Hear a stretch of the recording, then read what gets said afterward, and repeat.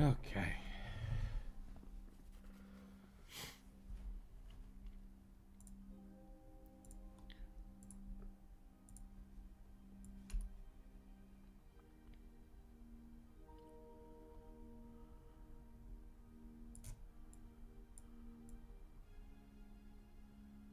Man. Hey, hey, Druid. Hi. Sometimes, like, the really basic stuff in computers, like basic Windows functioning, just doesn't work, and I don't know Yeah. Yeah. why. How are It's you doing? very frustrating always. I'm doing pretty good. I was afraid I screwed up my neck again last night, but I'm doing okay. Oh, the boy was in whatever got me sick. Jump rope, and the boy got like 2 days later. Oh, yeah. So, What as happens. so last night he was not a happy camper, Mm. and I was up till like 4 a.m. Oof. But surprisingly, I feel okay. I feel pretty good today. So That's good. we'll see how that goes. I thought I was gonna wake up real bad, but after we finally went to sleep, things worked out. So That's good. yeah, we could do some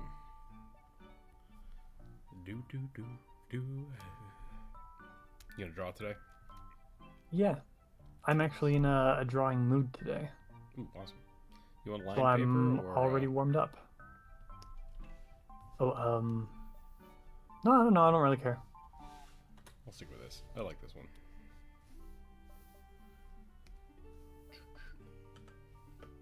I generally have an easier time on a like smoother or more even texture, but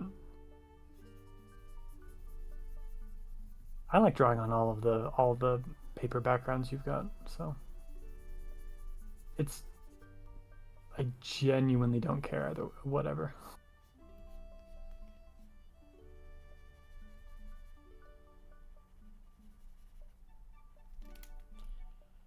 At like 2 o'clock, the kid woke up and like vommed everywhere. Oof. Yeah, which was not fun. But then Jump Rope was trying to like comfort him, and I just couldn't sleep. So like, well, got up and I drew for like an hour, and then swapped out. Nice. So I actually got some work done last night, which is good. But Hey, am I drawing Bri. on the background there again? Damn it. Well.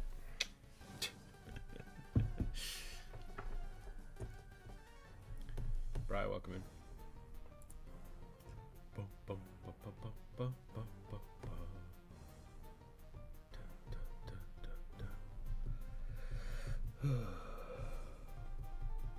Guess what? I gotta figure everything out again. Hold on.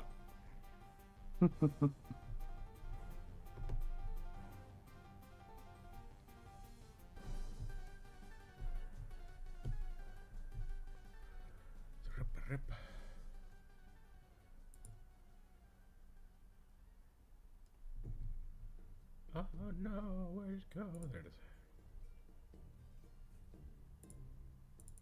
So I'm discovering about my drawing that I actually have a much better time with getting my colors right if I start with blue, which is really weird Okay. to me. I noticed that when I do shading, so like I do my Hmm. flats, right? I do flats wherever the hell I want. Yeah, yeah. Um, regardless of what I want to do for shadowing, I almost always have to start with a blue color, and then I can like after I'm done shading, I can then change that color to make it look different. But if I don't Yeah, start with a blue, it everything just kind of hurts. Like it doesn't. I struggle with it. So I yeah. wonder if that has something to do with like natural lighting and shadows having kind of blue tones, anyways. Yeah, I'm not sure.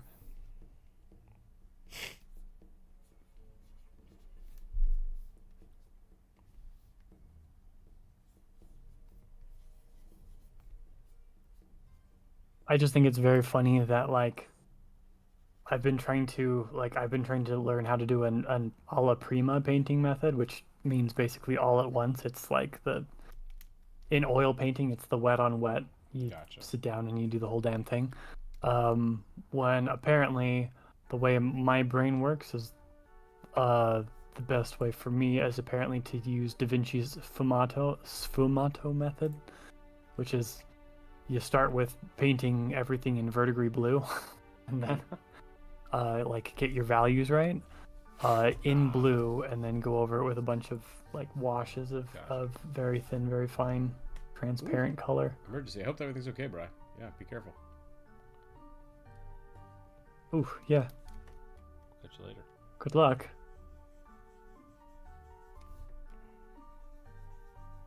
May you be cursed with people throwing too much money on you. That doesn't make sense to anybody. Don't worry about it.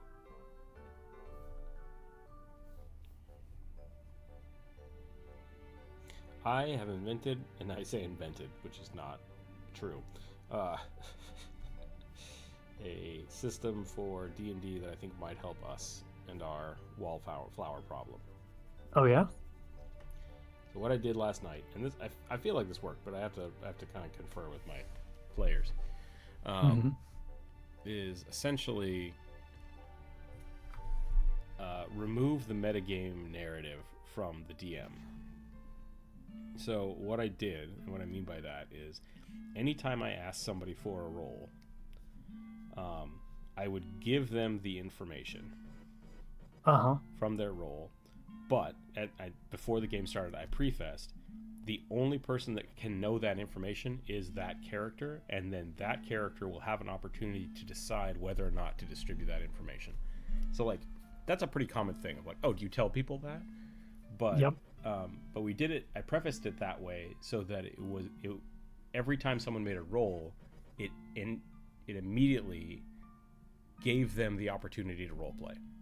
It's like, okay, you did the roll. Here's what you know, and now, what does your character do with that information? And if they want to say like, I'm just going to hold that, great, and you move on, right? But Yep. it pauses the game at like really crucial points, allowing the players to have that active to be like, I'm going to take this opportunity to do something with that information right now.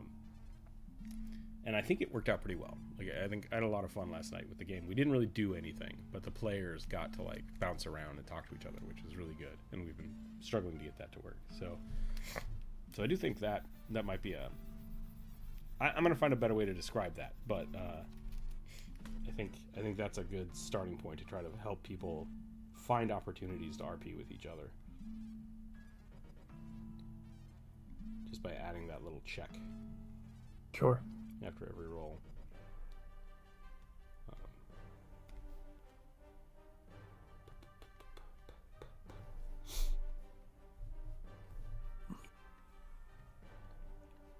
Yeah, because then it basically like it just gives the floor to the people that don't normally want to talk, because it's like, well, if you don't talk now, then the party just won't know what's going Yep. on. But it also gives them the opportunity to be like, I think I'll share that with the party. It's like, cool, great, okay. Like you confirm those kind of suspicions, and people don't get walked over. Elliot, welcome in.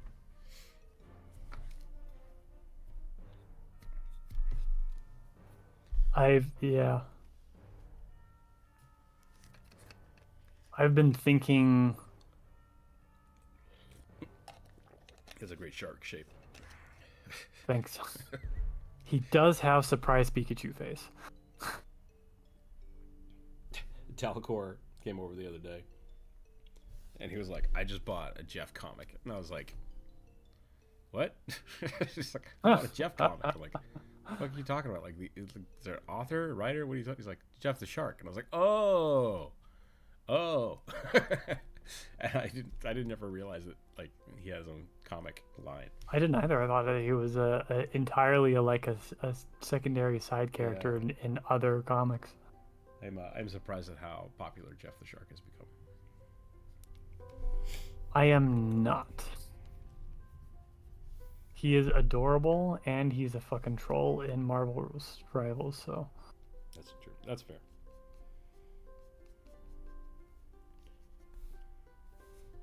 Okay, there's the rug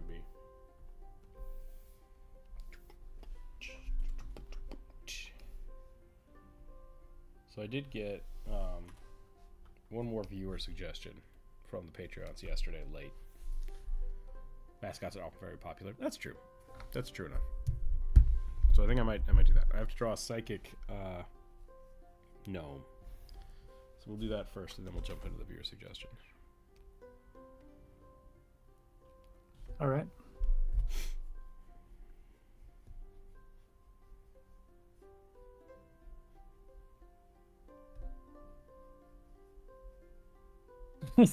I just had the dumbest thought.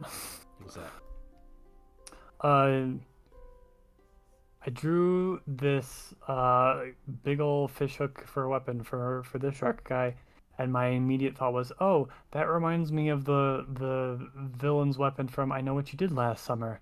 You know, that movie would have been so much better if this guy was the antagonist. This is just a And shark. yeah, if it was just a big dumb shark man. Never explained it. Just happened to be a giant shark. Yeah. And like part of my brain is still like, no, that would 100% have been a better movie. And then the rest of me is just like I mean, mad at Sharknado myself exists. for how bad my own sense of humor is.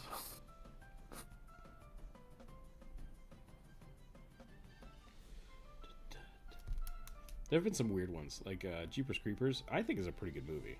Like it's scary. It's not wholeheartedly jump scares, but it's like it's not bad. Jeepers Creepers is a weird one.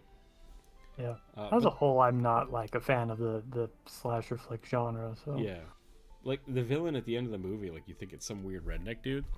It's a demon. It's just a random weird demon that they don't explain. And you're like, okay, like, I don't know how to feel about that.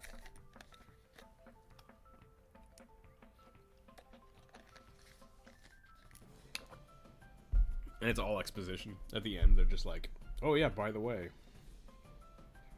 terror demon.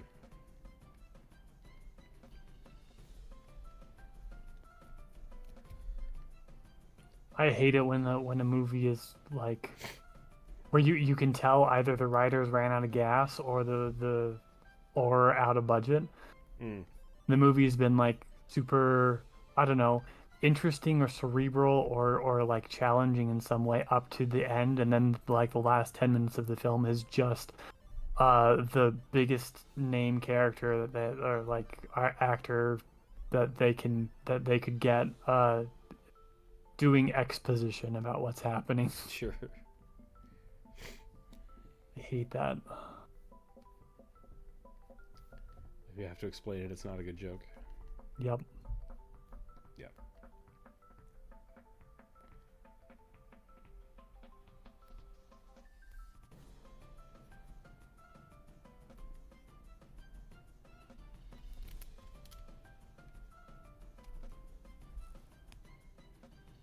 The players enjoyed the Froggy campaign. Getting non-generic art, by the way. Nice. Oh, campaign. Froggy campaign. Gotcha. Good.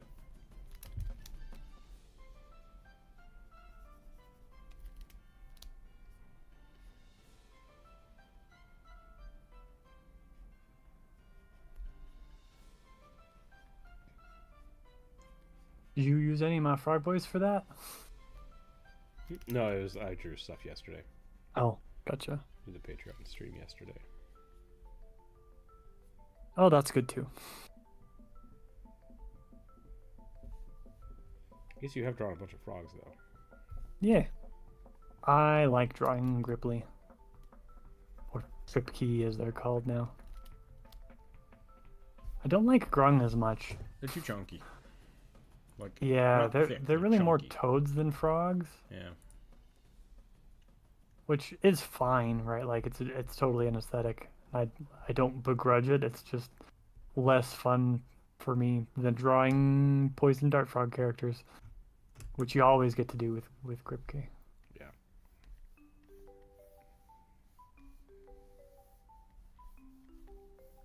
Ugh.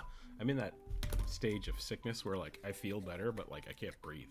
It's just like... Yeah, it sucks.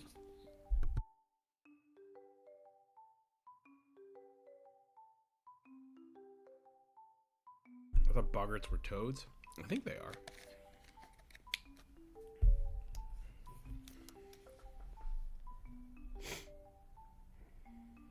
All right, people are going to be jizzing their pants over psionics for the next little bit.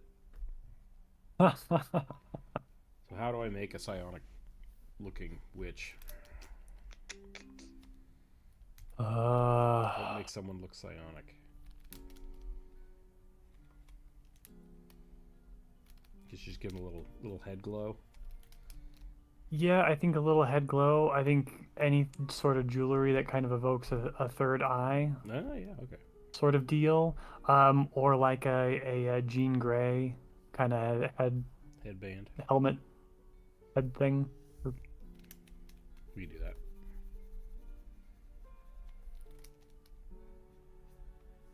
I just realized gnomes probably have their own, like, own hat sizes. Yeah.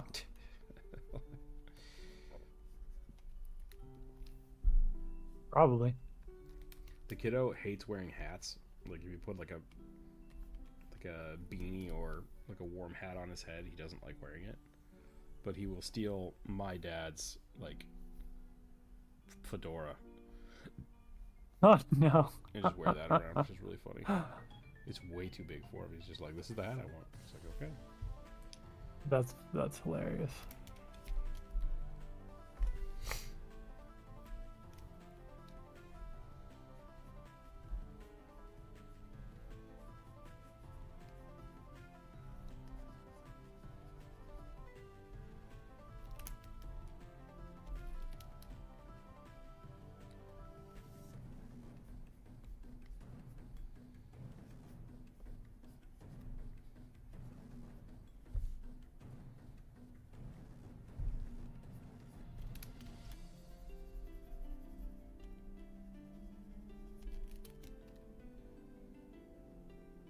Right, that was a fun, stupid little warm up. Sharkman. Sharkman.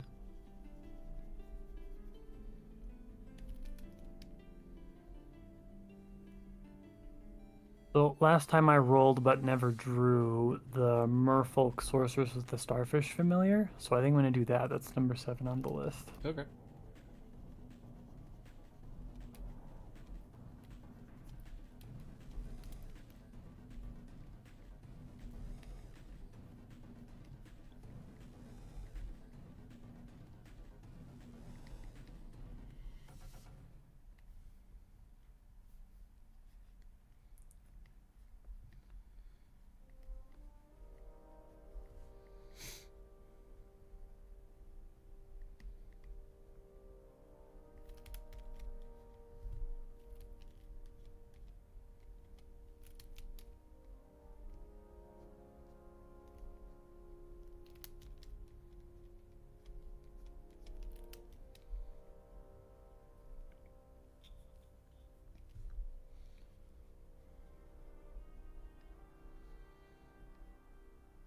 Supposedly there's some new stuff in Final Fantasy that Bernie wants to check out, so I might have to do that this weekend. But I've not been playing a lot of games lately. Well, you've been really busy making a game, so that kind of makes sense. I've been trying to do that too. We got a lot of it done, which is good. A lot of stuff done in it, I should say.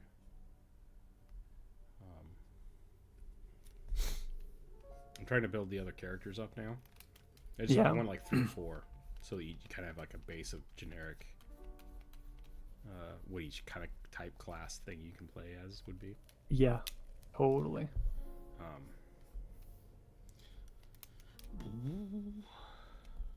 And then I'm going to build out the pearls. So there's going to be a lot of drawing in the near future, but I also have commissions to do. So every time I sit down to do art for the game, it's like, no, I need to do the art that people are paying me to do. Yeah. That comes first. Gotta make them make money. Yep.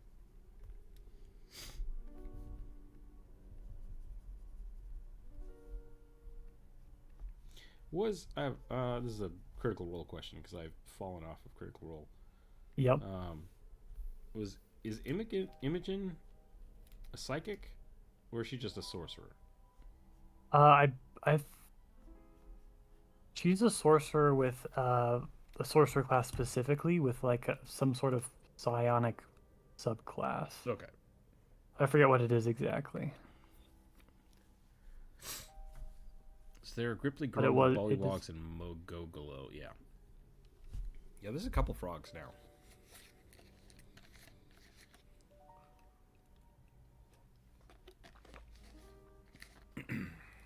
But the What are growing. the scary toad demons? Um. Oh, crap. What are they called? You went robot on me. What? I'm trying to remember what they're called. I don't remember. Um.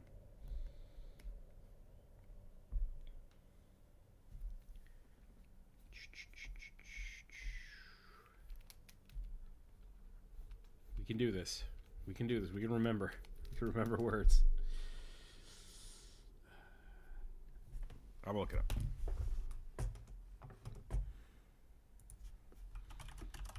There's like I googled it and I'm getting three different Slod. things and none of them are what I was thinking about.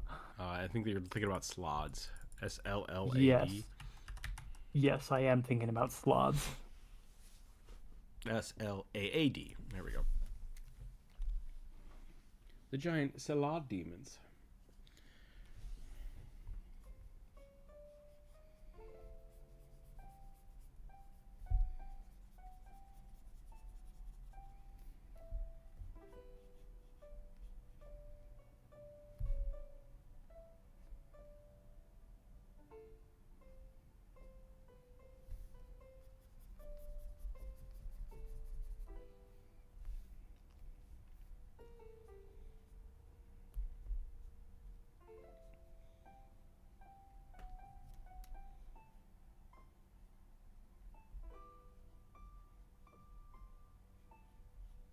It's the other ones. I still am a big fan of the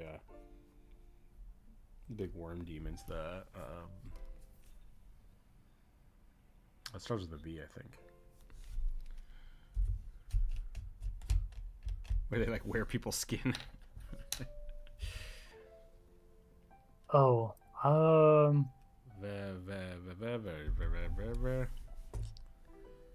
The Hezro? I don't know what the Hezro are. Are they frogs too? yeah, I think they're toads.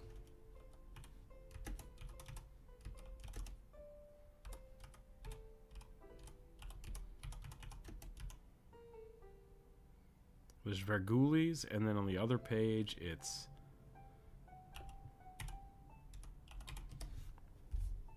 Vermlick. There we go.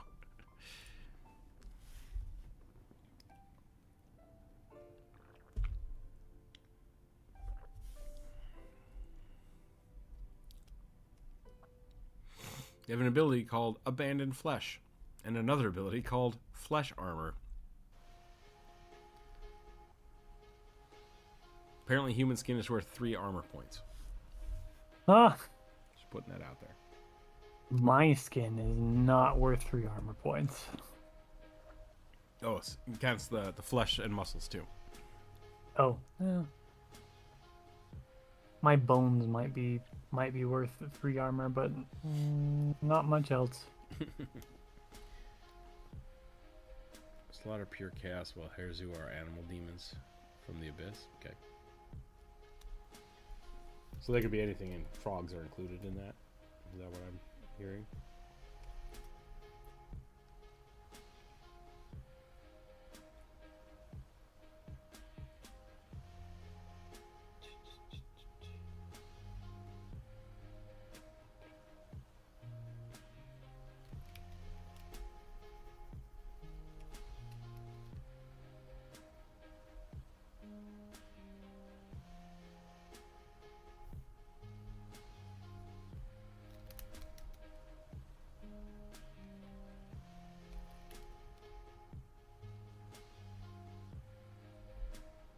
There we go. Do some good. Doctor Strange hands.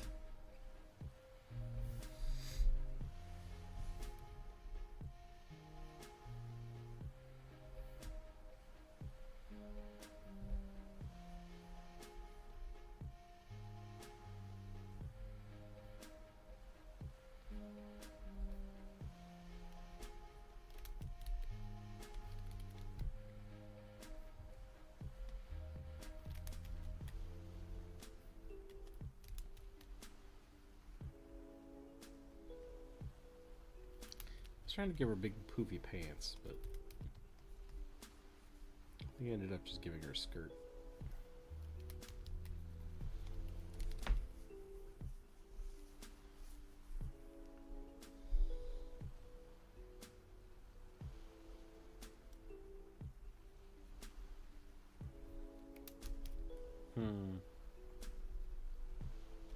I've been struggling with drawing eyes lately. I don't know why.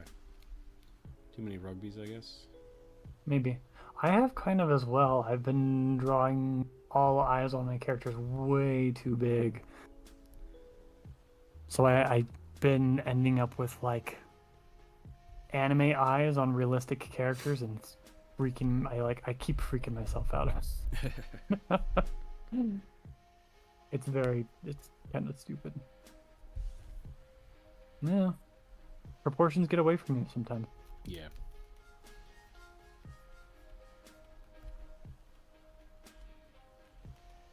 I was talking to somebody about. Oh, I think it was Dalport. They were saying that, like, they never learned something like the Loomis method. Yeah. Yeah. And I was like, well, I mean, it's easy to do. You just look it up, do it. But I started thinking about it. I'm like, yeah, I don't have a really good set anymore. I just kind of like wing it, and maybe I should go back and start using more structure. So I don't know. Maybe. Boys awake. We're back. Yep.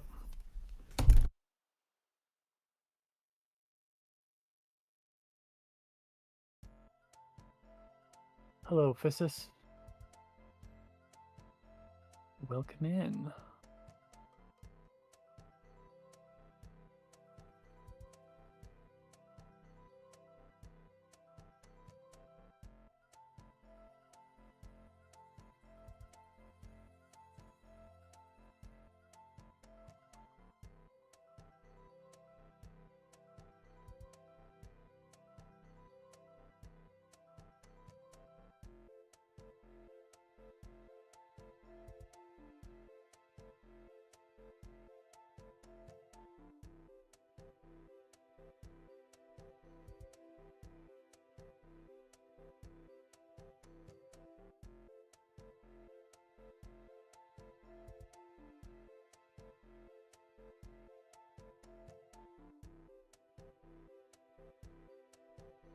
No, I'm getting into Eldritch Horror territory.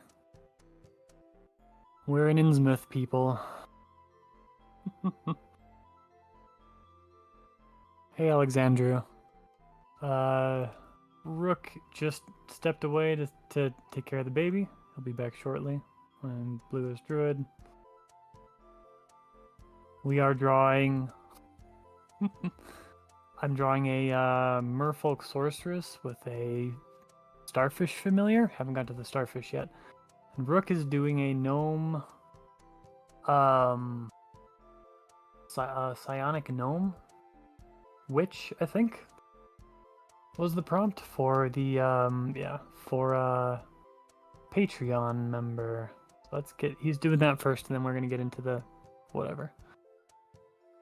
Yeah, Fussy Baby.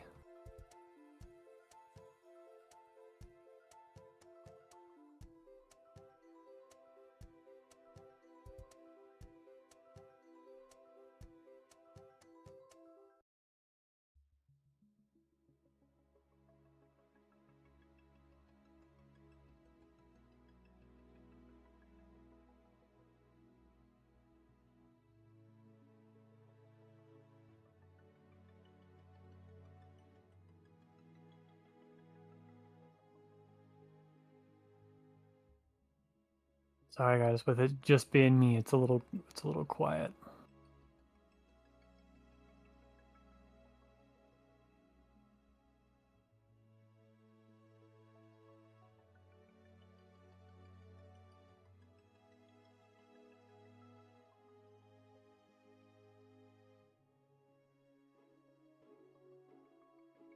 Planning to eventually illustrate my homebrew Dragonborn Artificer, who is basically just a mini Pokemon. That's cool. Do it. And Fissa says in the Discord he's working on his D&D character. Excellent. So we all drawn together? Together but separate, not on the same canvas?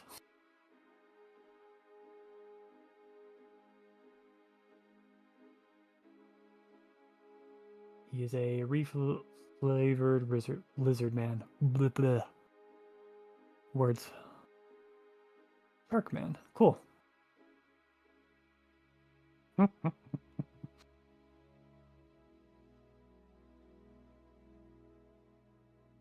Then the Sharkman little warm-up cartoon I did with the surprise Pikachu faces was perfect.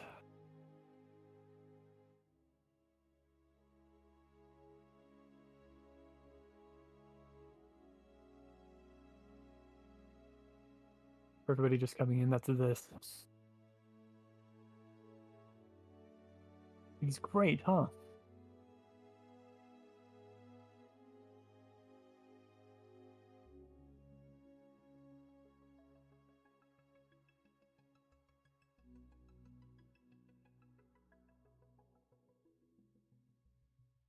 Okay, I gotta figure out. Alexander, welcome in. Mr. Physics, welcome in as well. Gotta figure out this hand. How's kid doing?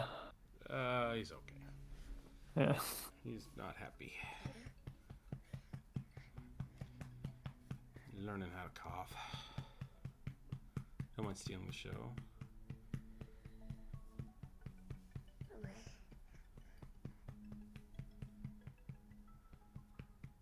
Working on D&D character. He's reflavored lizard man. You're reflavoring a lizard man as a shark man? You could just use the were shark. Were sharks are great. Or go with the what's the other one? The fish people? Shoot. The Lokatha? Yeah. You just give them the bite. I guess the lizard seems like it would work just fine because they also have a bite. Yeah. You're just giving them a swim speed. That makes sense. That seems to work.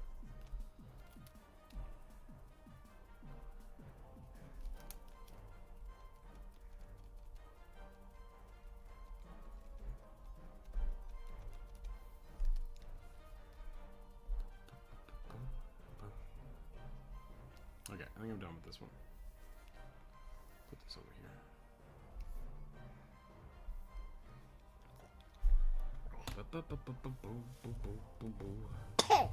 I think Rick was talking about that for the were shark from first edition Pathfinder. If you're interested, I mean, where anybody in the D&D chat, I posted it in the live stream chat in the Discord. It is the sea scarred skinwalker from first edition Pathfinder.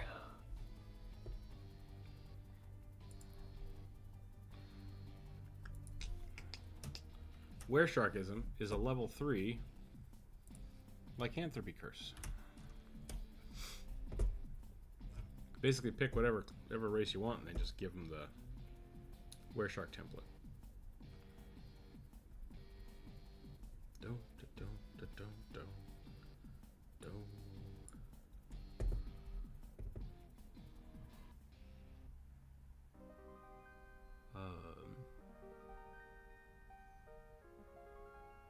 Got bite, armor, and swim speed. Yeah, that's pretty good. I'd also give him a scent, for sure.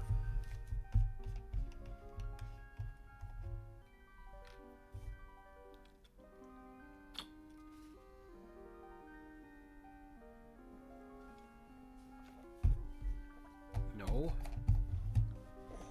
Okay. How do I trick a kid with a sore throat into drinking something?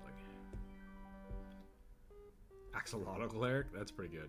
I dig that. I think you give him a sweet popsicle or like a frozen fruit smoothie. That could work. I have lots of homemade popsicles. Boom, boom, boom.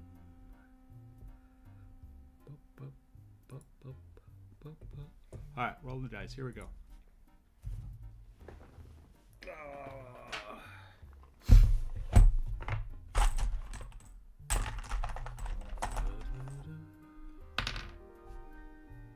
I'm always worried about giving kids ice cubes. I feel like they're gonna choke on them.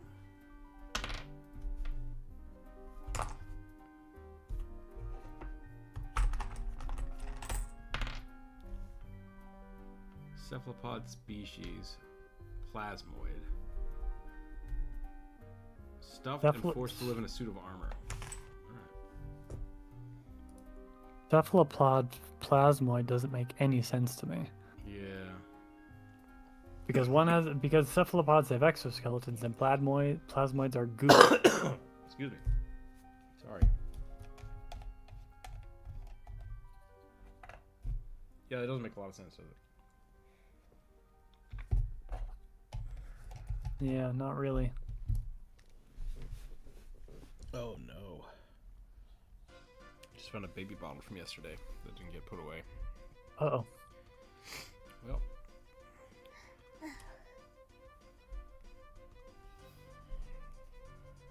I'm having to draw away from the computer now. I'm holding the boy. So I might have to use Druid's method. Which is fine because we're doing a Jello monster. Yep.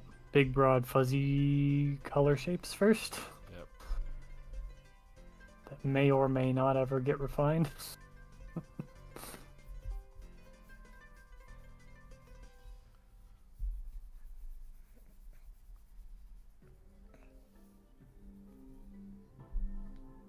You okay?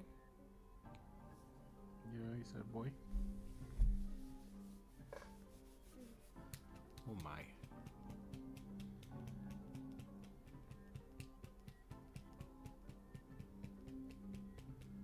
Little baby reminds me of my nephew. Little babies.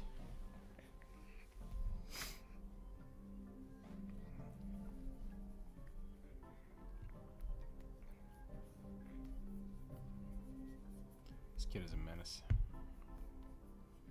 Most kids are. Yeah.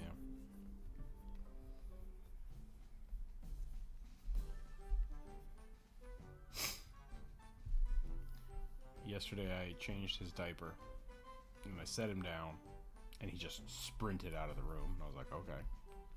And I washed my hands, and in the time it took me to wash my hands and walk back out into the living room, he had climbed into my office chair, tried to grab the mouse, causing the chair to spin, and I got there and he was splayed out on the chair, reaching over, holding onto the edge of the desk, going, and just stuck. Just stuck. I'm like, you dumb kid.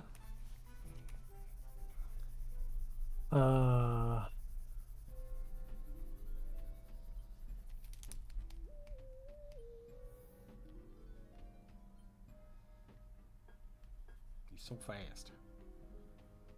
Yep. A lot of modern home office hazards are not stuff that you and I really had to grow up with, huh? I mean, I assume if your parents had anything, they had room for an office. Yeah, well, we did have a computer, but it was in their bedroom, and we were not allowed in there. And we did not have a swivel chair. And I don't think our home computer was like a really old Macintosh. I don't think we had a mouse.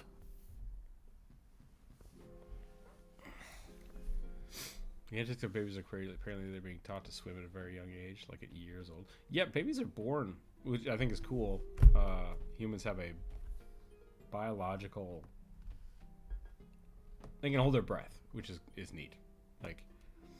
Yeah, the non-drowning reflex. Yeah, it is a reflex. That's what I was looking for. And they also have a reflex to float, which is kind of cool. Mm-hmm. So, semi-aquatic, kind of neat.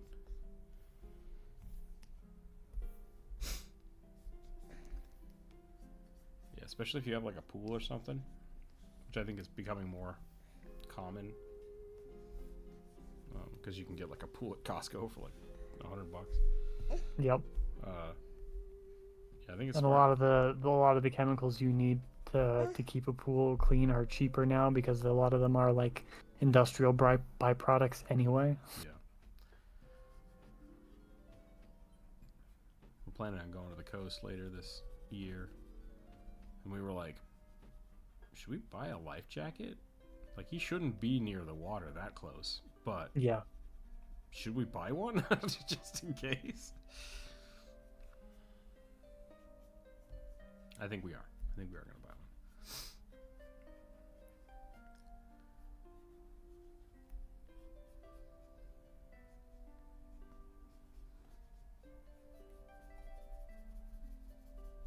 I've been a pretty adventurous parent so far. I have a lot of fuck it, let him try it energy. Yep. I've been pretty happy with the results so far. That's good. I got some advice from Jordan Peterson of all places, which makes me Oh, feel awful. But like, I don't know, you know, a broken clock can be wrong twice a day. twice a day. Yeah. Yeah. Which maybe is not a good analogy for this situation, but someone can be right and still be an asshole. Yep. He And was they can saying be that- right about one thing Yeah. without being right about everything they say. He said, I don't know what context he was talking about, but the thing that popped out in my head was kids need to be able to be, do dangerous things safely. And it's like, I like that. I like that a lot. And so that's been my mentality of like, if the kid wants to try something, I'm going to let him try it. I'm going to try to let him do it as safely as possible. And I'll only step in if I need to correct something, you know. I'm not going to stop him from trying stuff, even if I think it might be dangerous, as long as he can do it safely. So if you want to try to climb the chair, you can climb the chair, but there's going to be consequences if you start doing it stupid. Ugh. What's up, baby? It's actually a good tactic, especially in older ages where peer pressure could cause problems. Yeah. Some of my friends also have kids, and while it's not my place to like criticize their parenting style, I've seen them kind of like be very protective about things, and it's like, no, just let the kid try it. Like, let them fail, let them get hurt a little bit. Like, it's as long as you're watching them and like they're not gonna get, you know, don't let them fall off the roof. Like, that's not smart. Be smart about it, but there are definitely some things. It's like you can let your kid do that. It should be fine. Yeah, yeah. The worst thing in the world is an adult who never had to face consequences for their actions growing up. So I am all for parents allowing their kids to try shit and fail and learn how to deal with failure and learn how to deal with when no is an answer and learn how to deal with consequences when you choose to do something you know you shouldn't have. Yep.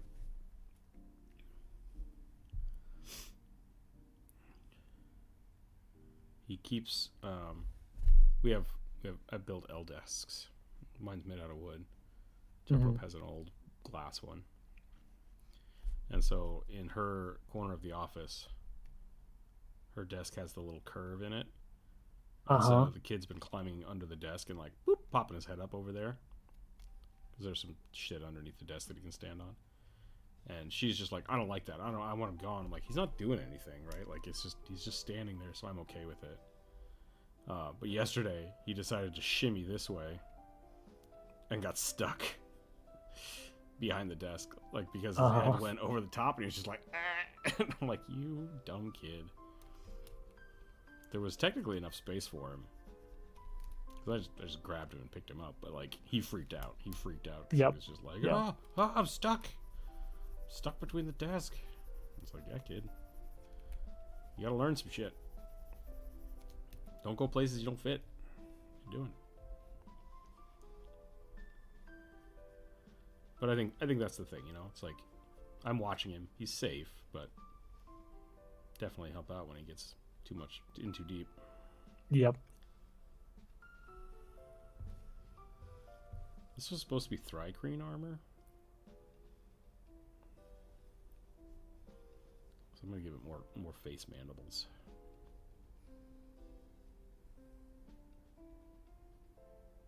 It's hard to strike a balance. Yeah, definitely. I remember he ran outside. He's been walking for a long time. Like he's learned how to walk real early. Mm-hmm. And so like by now he goes. And if the door gets open, he wants to run out and go play in the yard. Which is enclosed and it's fine. And it's like, yeah, he can't really get hurt out there.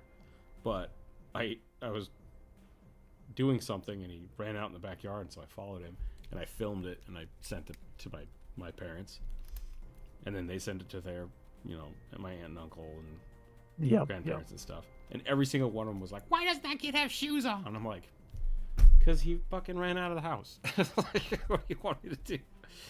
Like, he's fine, he's just running around in the grass, and like, but everybody was just like, he needs shoes, and I was like, okay, I get it. Holy crap. Like, he owns shoes, he just didn't put them on. So it is it's a collective thing, and a lot of people have the same hang-ups. And it's probably smart to listen to them sometimes. So Yeah.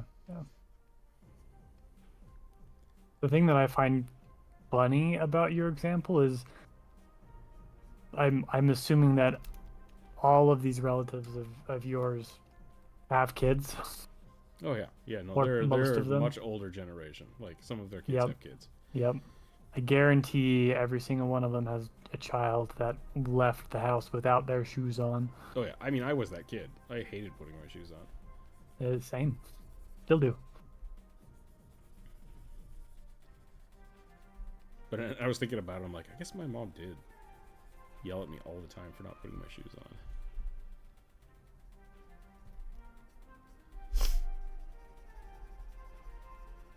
But they also grew up on a farm. Yeah, it is more important on a farm. Rusty nails and shit in my yard. And ringworm. Yeah. There's probably ringworm. Sucks are prisons for your feet.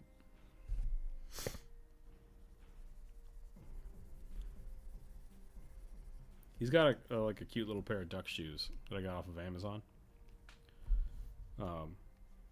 That like they're great. They're cool. They're just little rubber soled socks essentially. So he can run around in them all the time, and they're awesome until they started just smelling awful.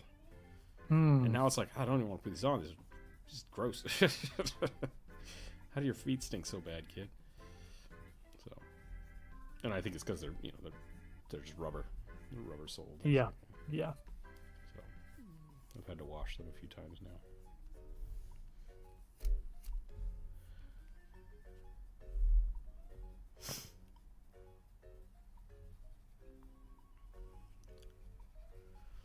You guys are playing any games tomorrow, or? Nobody's responded. I didn't write anything until like just before stream started to remind everybody that the game's canceled because you and Jump Rope are out for the weekend. But yeah, nobody's. I suggested we could still hang out. Nobody's responded with any ideas yet, so who knows? Burning's kind of always around to like shoot the shit at least, so.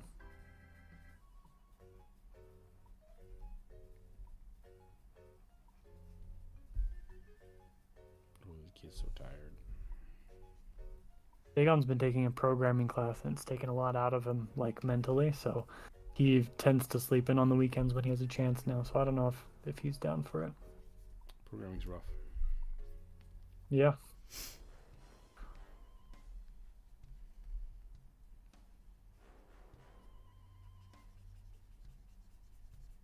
I'm all about that vibe coding.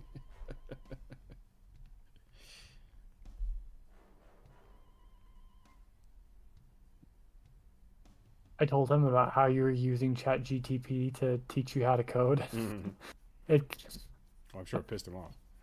It did a little bit. It got a very funny reaction, and the best part of it was at the end. He was like, "I mean, like I can see how that would work, and I'm glad it's working for him, but gosh, it was a funny conversation. Very much like the one you and I had, because I feel the same way." Yeah, I mean, I was really hesitant to do it, but like, I Yeah. started sitting down and working on the project more, which led me to Hmm. like Stack Overflow and Reddit, and Unity has its own forums for code development. And a Yep. big chunk of that is just like, I can't get XYZ to work.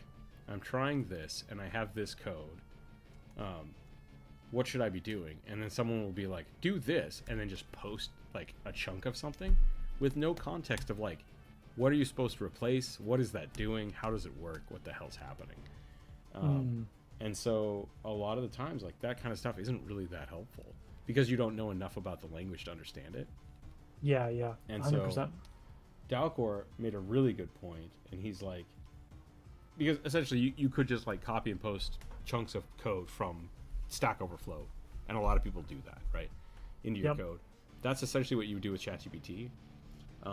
But then Dalcor was talking about, he's like, when you do something like that, you should really ask ChatGPT why it's doing it, right? And that's how you learn how to code, by using ChatGPT instead of Yeah, just copy yeah. and pasting. You just go, why are we using this type of function? Like, what does this function do? Why am I doing it that way?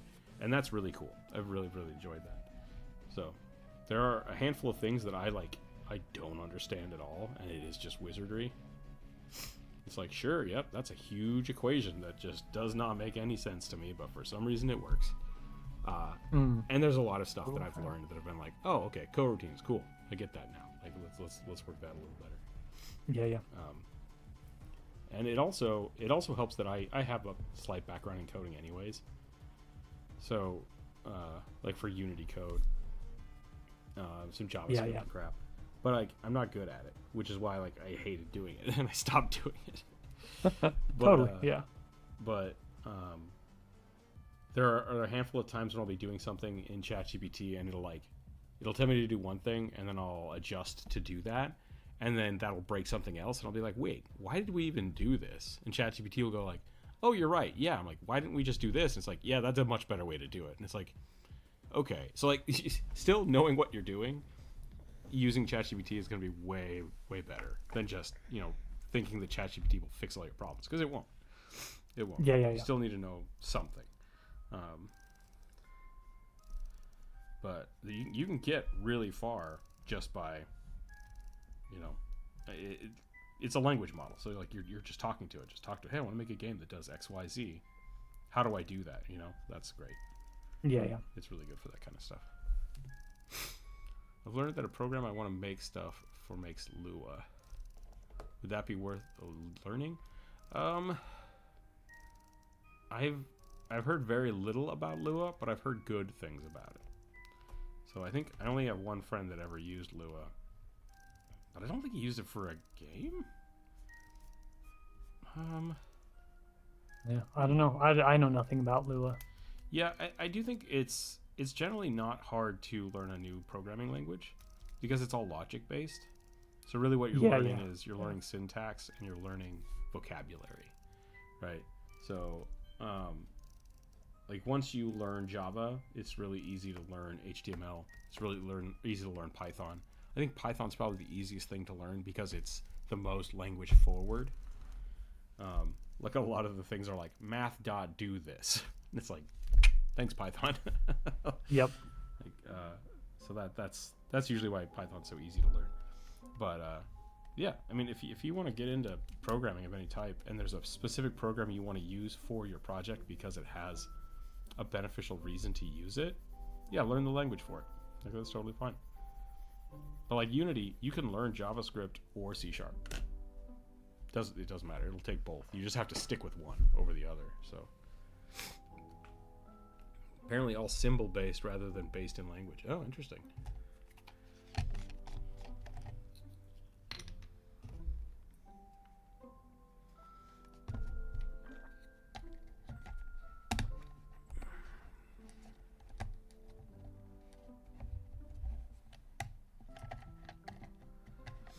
think.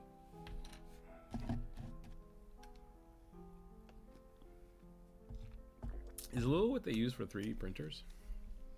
Is that what Lua is used for? I don't know. I'm not sure.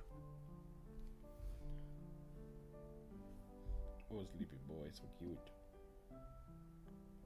He's passed out now.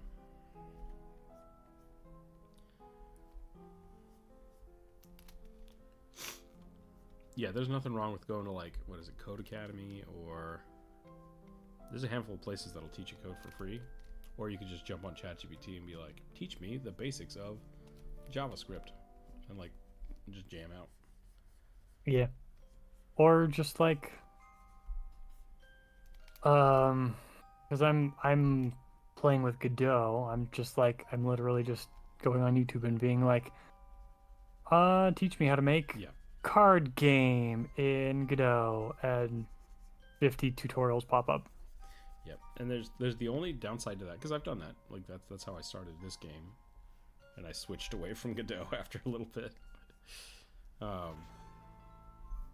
Is usually when people have a tutorial like that, you're following it, and it's really hard to deviate from the tutorial, right? So Yeah, really yeah, what you yeah. should be doing is copying their tutorial until you understand it, and then trying to make your own thing from scratch. And Yeah. that just takes time, right? So that's a good way to learn. It's a really good way to learn. Yeah, and that has generally been my goal, which is kind of why I've been doing it that way. Because you're right, it is pretty difficult. And I think that's really good. Like if you want to take a student mindset for it and like take 6 months and learn something, yeah, build someone else's game. Like figure out what they're doing, follow their tutorial to the letter, and see if you get exactly their things. And if not, go back and figure out what you didn't figure out. Yeah. But then if you For wanna me, make the your most own important game, thing is familiarity with the language. yeah, exactly. Because if you want to make your own game, you really do need to have that familiarity. And once you have that familiarity, yeah, you can get away with a lot of stuff, from using forums, using ChatGPT, just writing shit out. The real tough part is like having something to how do I say this? Like in Unity will tell me when there's an error, right? It's like this doesn't work. Yep. This line of code just breaks everything. It's like, okay, I have to figure out how to fix that. But when it's all of a sudden like I'm trying to build a tower that does something novel that no one's ever done before, you can dig through tons of tutorials that show you how to do something different. And if you don't understand what it is you're trying to do, it sucks. Like you never know how to do it. So those are the forums are for. Forums and communities are for stuff like that. That's also why I keep changing the scope of the games that I want to start with, because I keep realizing that my quote unquote the first game I'm gonna make, I've gone through I think 4 of them now. Mm-hmm. It's the project is always the scope is always different than I think it's going to be when it comes to coding, and so I keep switching to finding new inspiration, switching to a kind of a simpler game. And I think with what I'm working on right now with the card game that I'm doing, I think it's actually going to be fairly easy for me to just piece it together with tutorials. Yeah, a big chunk. The other part about it, like I sat down to try to build the AI for the crabs, and I spent like a week just fucking around with it and getting pissed off. And Dalcor's like, I want to buy this. I'm like, what? He's like, there's a really good Unity-based enemy AI on the Unity asset store. I'm gonna buy it. And I'm like, but we didn't make it. He's like, I don't care. Like, it'll be done. It'll be done, and we'll have it. And then we can work on everything else we want to work on, because we don't really care about the AI. We're not doing anything novel with the AI. Like, it just needs to work. And we were like, okay, yeah, fair. Like, that's great. So, you know, it's one thing to try to learn and like, I need to build everything from scratch. It's like, you don't. Like, there's a lot of really basic shit that's in every game. Yeah. Buy it, steal it, make it work, right? Like, it's very much, if it's not something like, I'm not going to be trying to sell this game being like, the AI is super intelligent and we did. It's like, no, it's super basic tower defense, dumb shit AI. Yep. It walked from point A to point B, tries to kill you. Done. Like, perfect. So, yeah. It sucks getting stuck on that kind of stuff a lot. Yeah, yeah, yeah. Yeah. But it's just like Thor from Pirate Software said, like he was specifically talking to programmers who think that they need to make their own game engine. There's no reason to make your own game engine. Like there's no reason to do anything yourself if it's already been like if it's blazed like already explored territory. There's no reason to do it yourself if you can outsource it cheaply. Unless you really want to, unless the point is you learning how to do it. Yep. And I think that's like it goes the same thing for D&D games, right? Like Yeah, I yeah, constantly tell people like don't make your own system. Like making your own campaign is one thing. Keep all the deities, keep the same gods, keep the same factions in the book. Like change the local information and build yourself a small city in Galarian, right? Or in Faerun. yep, And then yep. keep everything else that already exists. You don't need to make all that stuff to tell your story. Like if it fits into a pre-generated chunk of the world, that's beautiful and it saves you so much time and effort. And then you don't have to worry about like let things fit into the books. Like it's fine. And then really spend your time making the things that you want to add to the game, make those unique and awesome, and spend the time doing that. Yeah. Yeah. Don't have to reinvent the wheel.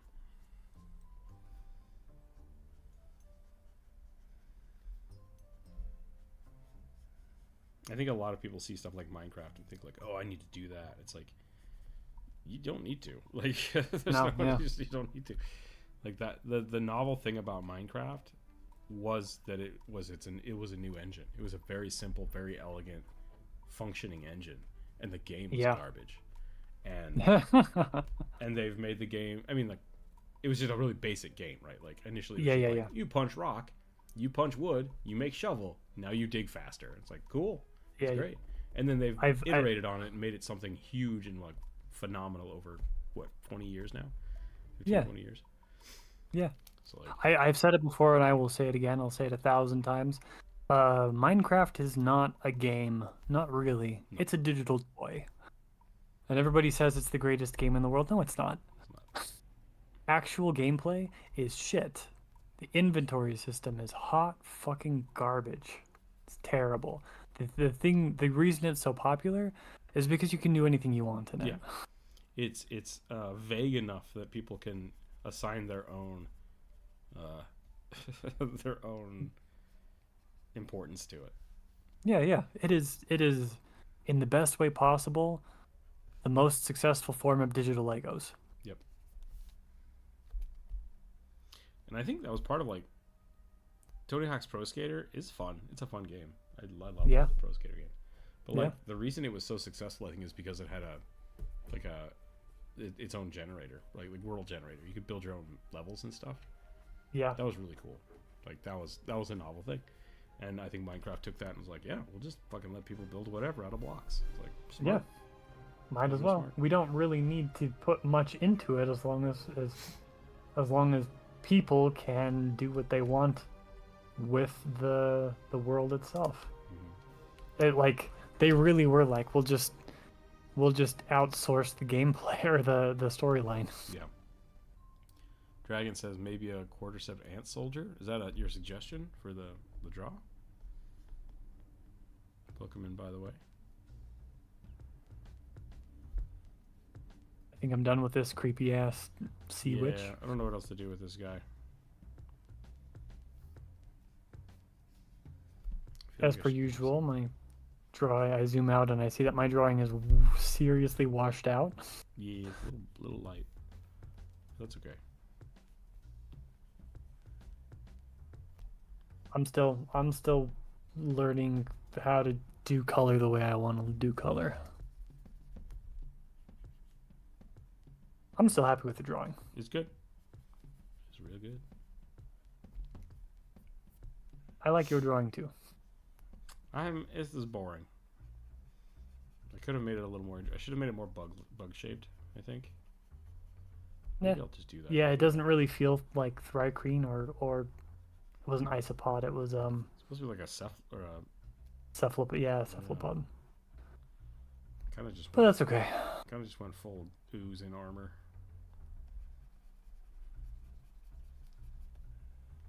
It is not a bad drawing for that.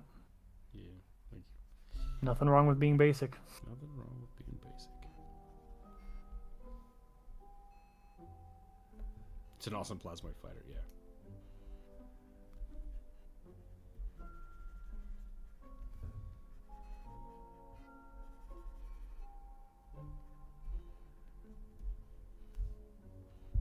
Oh, poor kid. Oh, poor kid.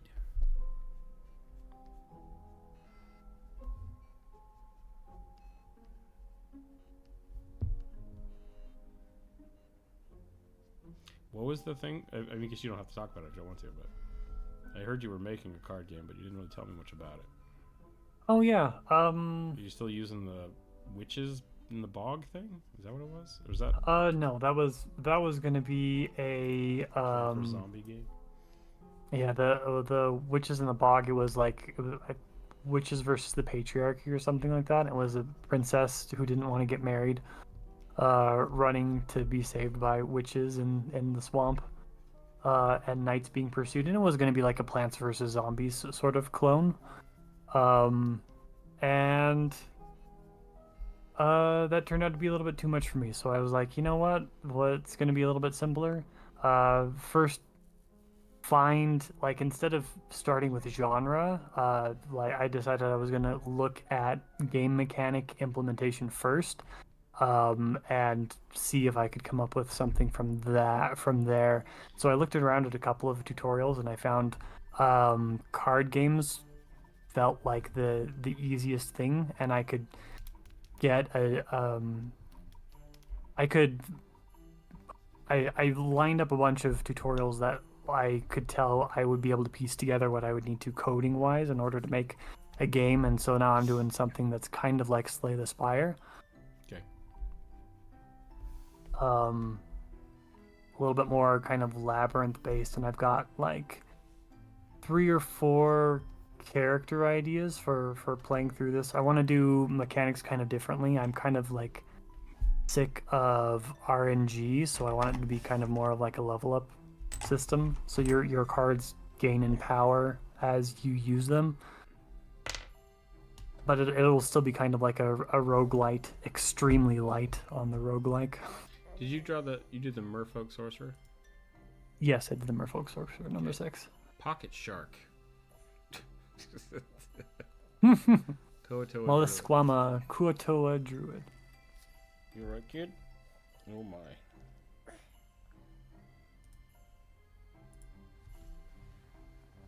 Yeah, no RNG. I hate RNG. But like, there's a part you always need it a little bit. Yeah. Adds, You always need some. Yeah, otherwise things become very formulaic. But I don't like it being a driving factor of a game.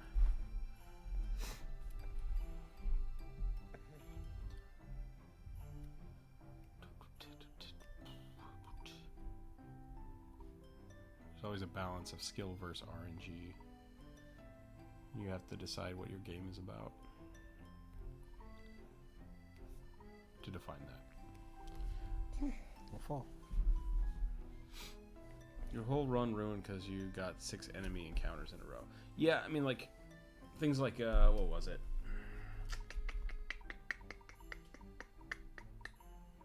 Shoot. Dead Cells. Dead Cells is a really fun game. It's a roguelike, and roguelikes love RNG because they allow you to have dozens and dozens and dozens of different types of runs. So like there is always that is a good proponent. That's what I'm drawing. Not the Pocket Shark. All right, Pocket Shark.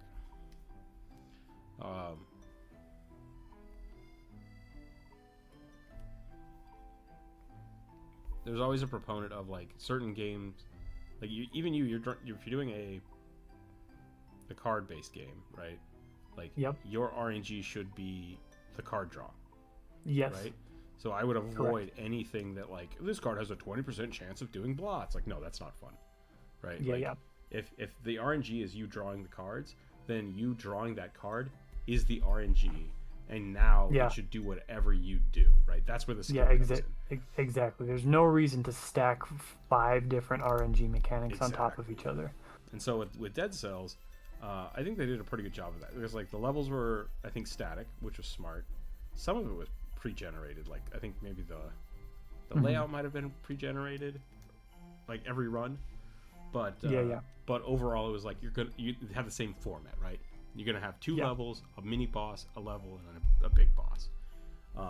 And so I think that was really smart, right? And you're just navigating it. And then after that, it was just like you start with a random weapon, and you can find random weapons. It's like, okay, cool. But things, when you start getting in there, and there's chances of like missing and things, like it just stacks and stacks and stacks, and gets really annoying. Yeah.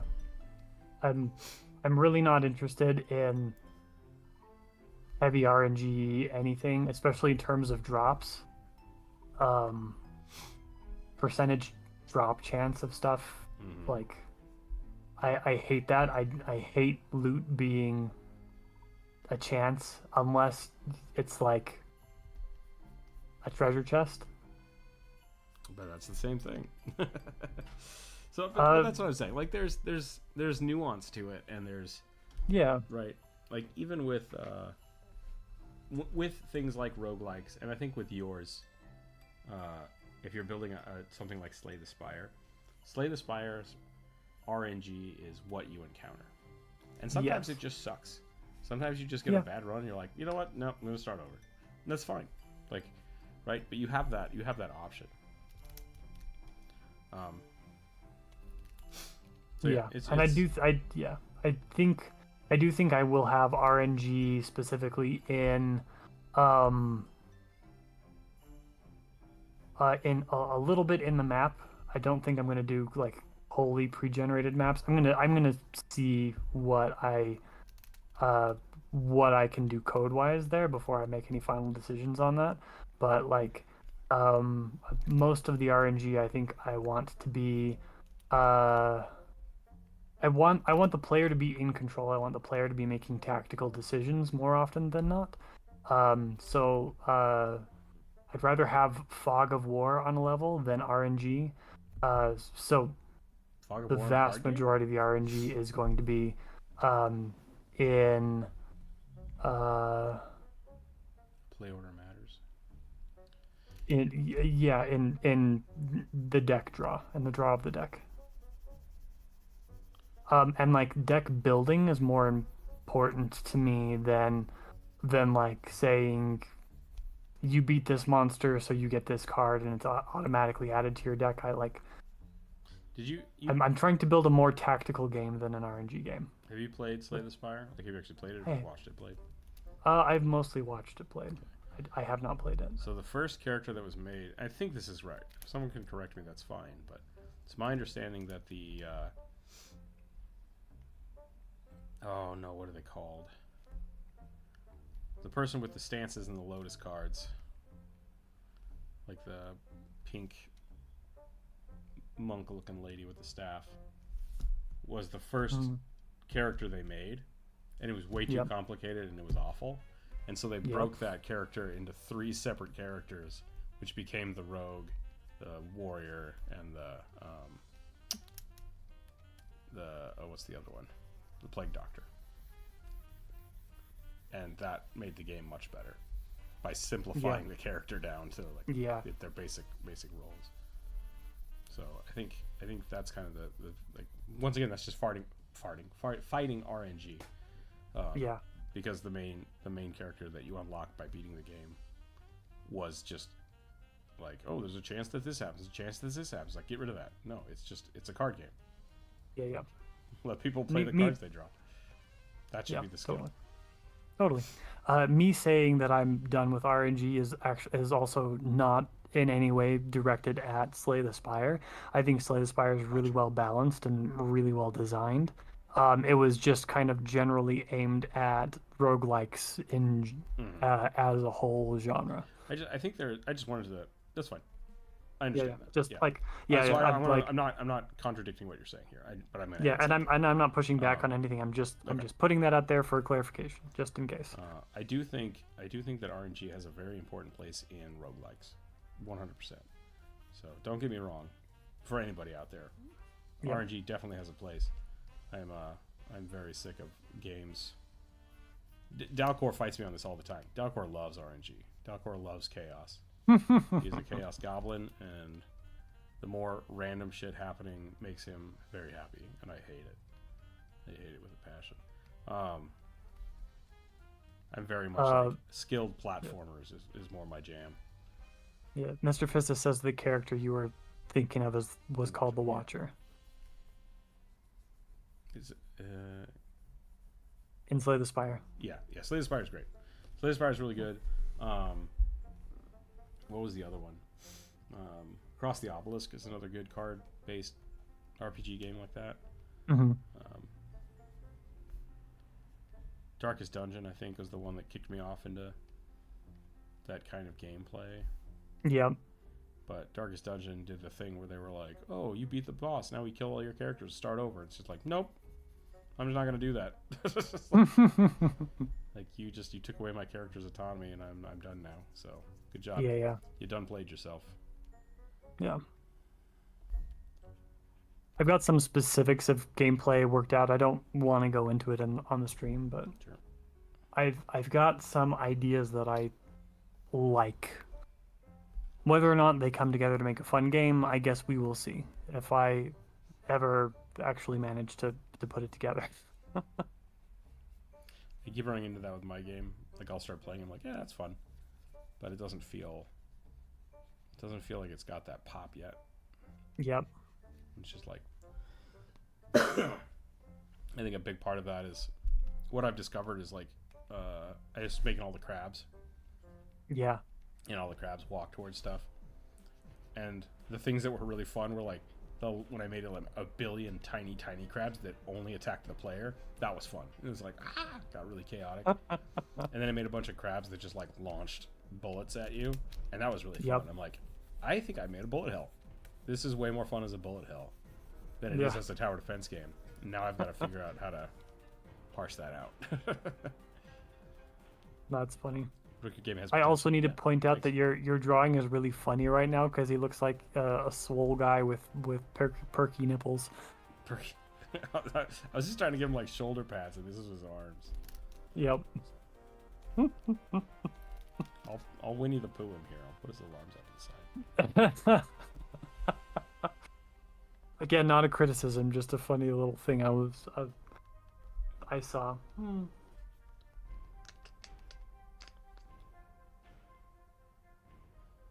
Everybody thought I was drawing shark nipples. All right, well, we will adjust. It's you managed better than I expected, given the way that this shark actually looks. I was like, how in the hell are you going to do this without making it just a penis? It's kind of just a penis. Yeah, because for anybody who hasn't seen it, like a pocket Everybody shark. hasn't seen a penis before. Yeah, for anybody who hasn't seen a pocket shark before, I'm pretty sure it's called a pocket shark because it looks like a penis. About the same size as one, too. Pocket sand. Corvus showed me a link. Apparently they're rebooting King of the Hill. Oh, no. Let's see how that goes.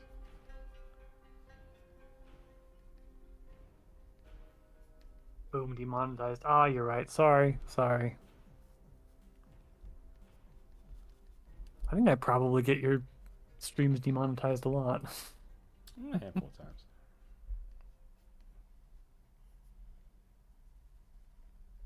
Not that big of a deal. Okay, I should roll.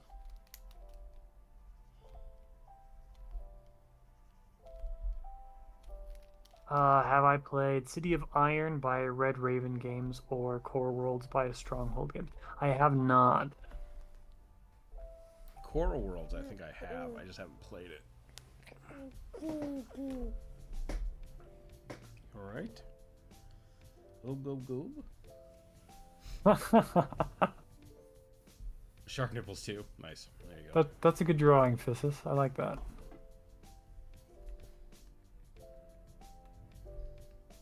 He's got crazy traps.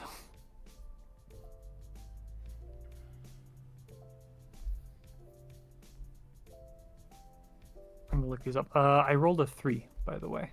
Lionfish paladin of storms with lightning arcing between its frills. So many fish. Okay. So many fish this week. Yeah, we're doing mermaid 2 months late, apparently. Oh yeah, I forgot. I think I did tell people to like focus on merfolk. I want to look up these games, though. I might be thinking of Core Keepers. Nope, that's a different game too.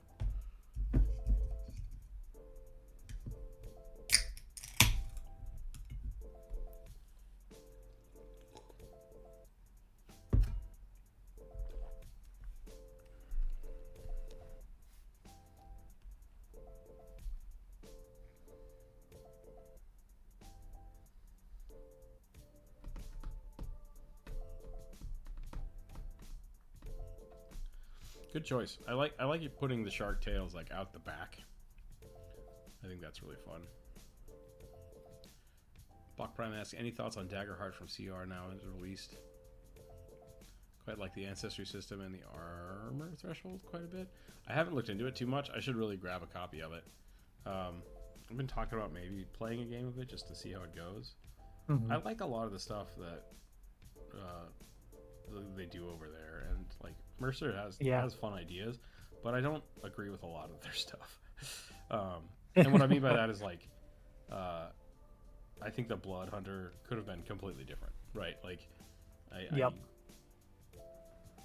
I also would not have the Chronomancer or whatever the hell it's called. So like, I think Matt Mercer and I have, I think, a very similar upbringing for like what games we played and like the things that we liked about fantasy, and we kind of took two different directions for it. Yeah. So, I think it's gonna be worth playing. I'm not a fan of the double die D12 system. I'm just not a fan of that. But I want to play it to actually give it a fair shake and see if it's as weird as I think it is. So, do I have thoughts on it? I'm glad it's out there. I think it's a lot of people are going to play it, and I think they're going to have a lot of fun. I think they made something that is very good for the type of play that they do, and I don't do that type of play. So I also think it's really good for their audience, because I watched yesterday. I watched Critical Role because they're doing a Daggerheart miniseries I should watch that. between seasons. And like it's a really cool, almost Dark Soulsy sort of setting. Like it's a really really dark world setting, very high fantasy. Surprises me so much. Yeah, brutal and pretty cool. I think Daggerheart is going to be excellent for the setting that they've written for it. And I think that Daggerheart is an excellent and like extremely accessible game for the Critical Role audience. I think it definitely pushes more towards improv. And role play. Which I'm very much into mechanics and like puzzles. So that's really what I say when we don't really do the same thing. I don't really care about. I don't say I don't care about it. I just don't focus on it as a main component. Which is why, like earlier, I was talking to Druid, and when the stream started, and I said I wanted to try to force myself as a DM and my players to forgo meta knowledge in favor of RP, because it's just not something I'm normally doing, right? I'm okay with people metagaming for expediency, but it comes at the sacrifice of RP. So yeah, Rook and I specifically have a problem at our long-term Saturday game table where a lot of people, or most of our players, will actually go 3 hours with only saying a couple of sentences. And it's usually like the GM doing a lot of exposition, and then just like super crunchy combat. And there's not anything particularly wrong with that sort of gameplay, but I think it's like I think you and I probably both agree it's missing about half of the experience that we're looking for in our games. Partway through episode 1, I really like the characters. Yeah, Block Prime. I think I'll check that out. I'll check that out, and maybe I'll have a little bit more to say about it. Because like initially, from what I saw and a lot of the stuff I looked at, it seemed very poppy and clean and Yeah, yeah. um, like overly. I don't want to say overly floofy, but like what's the word I'm looking for? Corvus and I had kind of a long conversation about this the other day about I want dark and gritty, right? So like hearing Yeah, that yeah. they're playing a like a Dark Souls-esque thing, maybe I'm giving it a bad shake because a lot of the artwork I see and a lot of the like community stuff people are posting, it seems very generic and kind of flashy, and it's just like, not into it, right? Like Yeah, yeah. I want like deep, nice characters, and so it might be good. I'll give it a shake. I'll give it a fair shake before I really Yeah. like say any I bad stuff think about it. it's yeah, I think it is really clean and simple in the same way that 5e is really clean and simple, right? Yeah, It's a it's an extrapolation from fairly 5e, which is yeah, yeah. smart.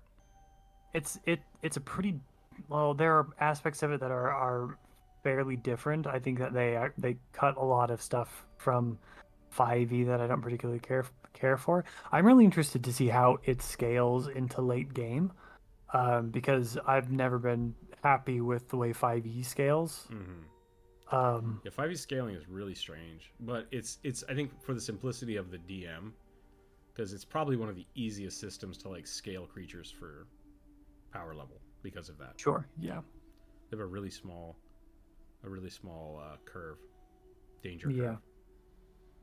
Whereas like I, Pathfinder has an asymptotic danger curve. It's like, oh, 2 levels off one way or the other, you're fucked. yep, I think Draw Steel and Daggerheart might go two specialized ends of the spectrum.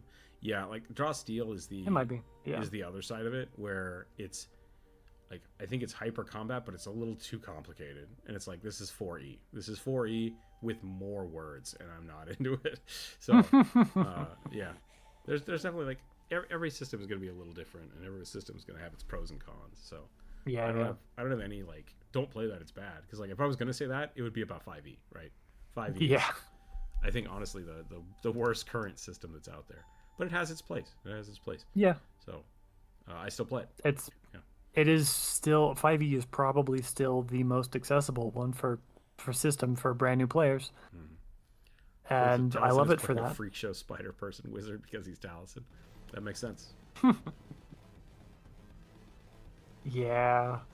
Shadow Dark, yeah. So, yeah. Hey, Block Prime. I saw like there was a comment in the video of their character creation that like I can't get out of my head, and it was specifically that like they shouldn't have put Taliesin and Ashley Johnson next to each other because like they're like the weird kids playing off of each other is not necessarily what we need, and it's kind of funny that we ended up with a really fucked up blue fairy and Pinocchio with trauma running through the world.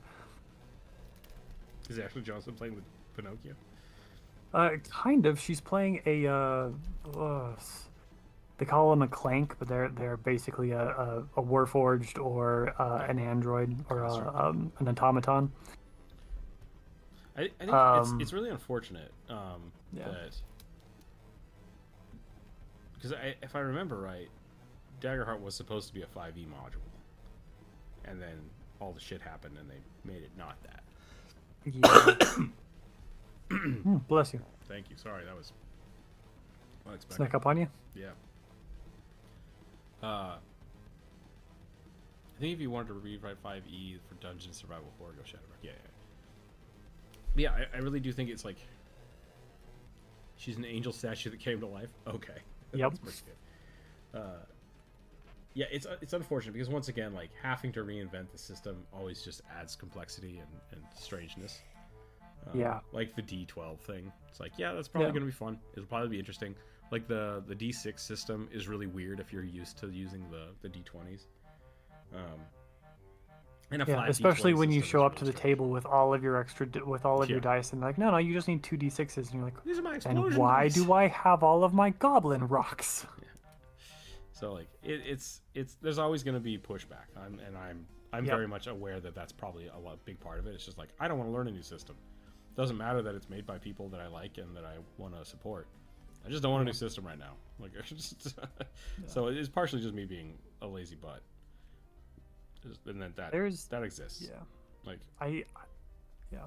I feel bad that I don't like draw steel. Like I really, really wanted to like draw steel, but in the end I feel the same way about it as I do about Matt Colville. I think they are both incredibly cool. Matt is an awesome person. The mm-hmm. game Draw Steel is, I think it's really cool. They've come up with some really awesome mechanics that I like and respect. It's also not the type of game that I want to play. Yeah. Like I don't want to play at Matt Colville's tables because there is so much political intrigue and like Something I have done in the past. painful. Yeah, painful table, Yeah. painful system. I respect the hell out of Matt Colville, and he has put out some of the best videos I think for getting people into DMing. Yeah, So if you ever want hard to agree. go check out Some of his YouTube videos, they're amazing. I've some sent of the them to people. I talk about them with people. yeah Uh, best GM advice out there, bar Yep. none. I hate his writing. I just don't enjoy it. The stuff he comes up with to me it's always exhausting to me to read his stuff. And so yeah, those two things can exist. I can still love the guy. I can, like, if I met him at a con, I would be excited to talk to him and bend his ear about stuff. But Yep. yeah, I'm not into it, not into this stuff, and that's fine. It's totally fine. I can respect somebody and not be obsessed with it. Yep. Kind of the same thing with the Daggerheart stuff.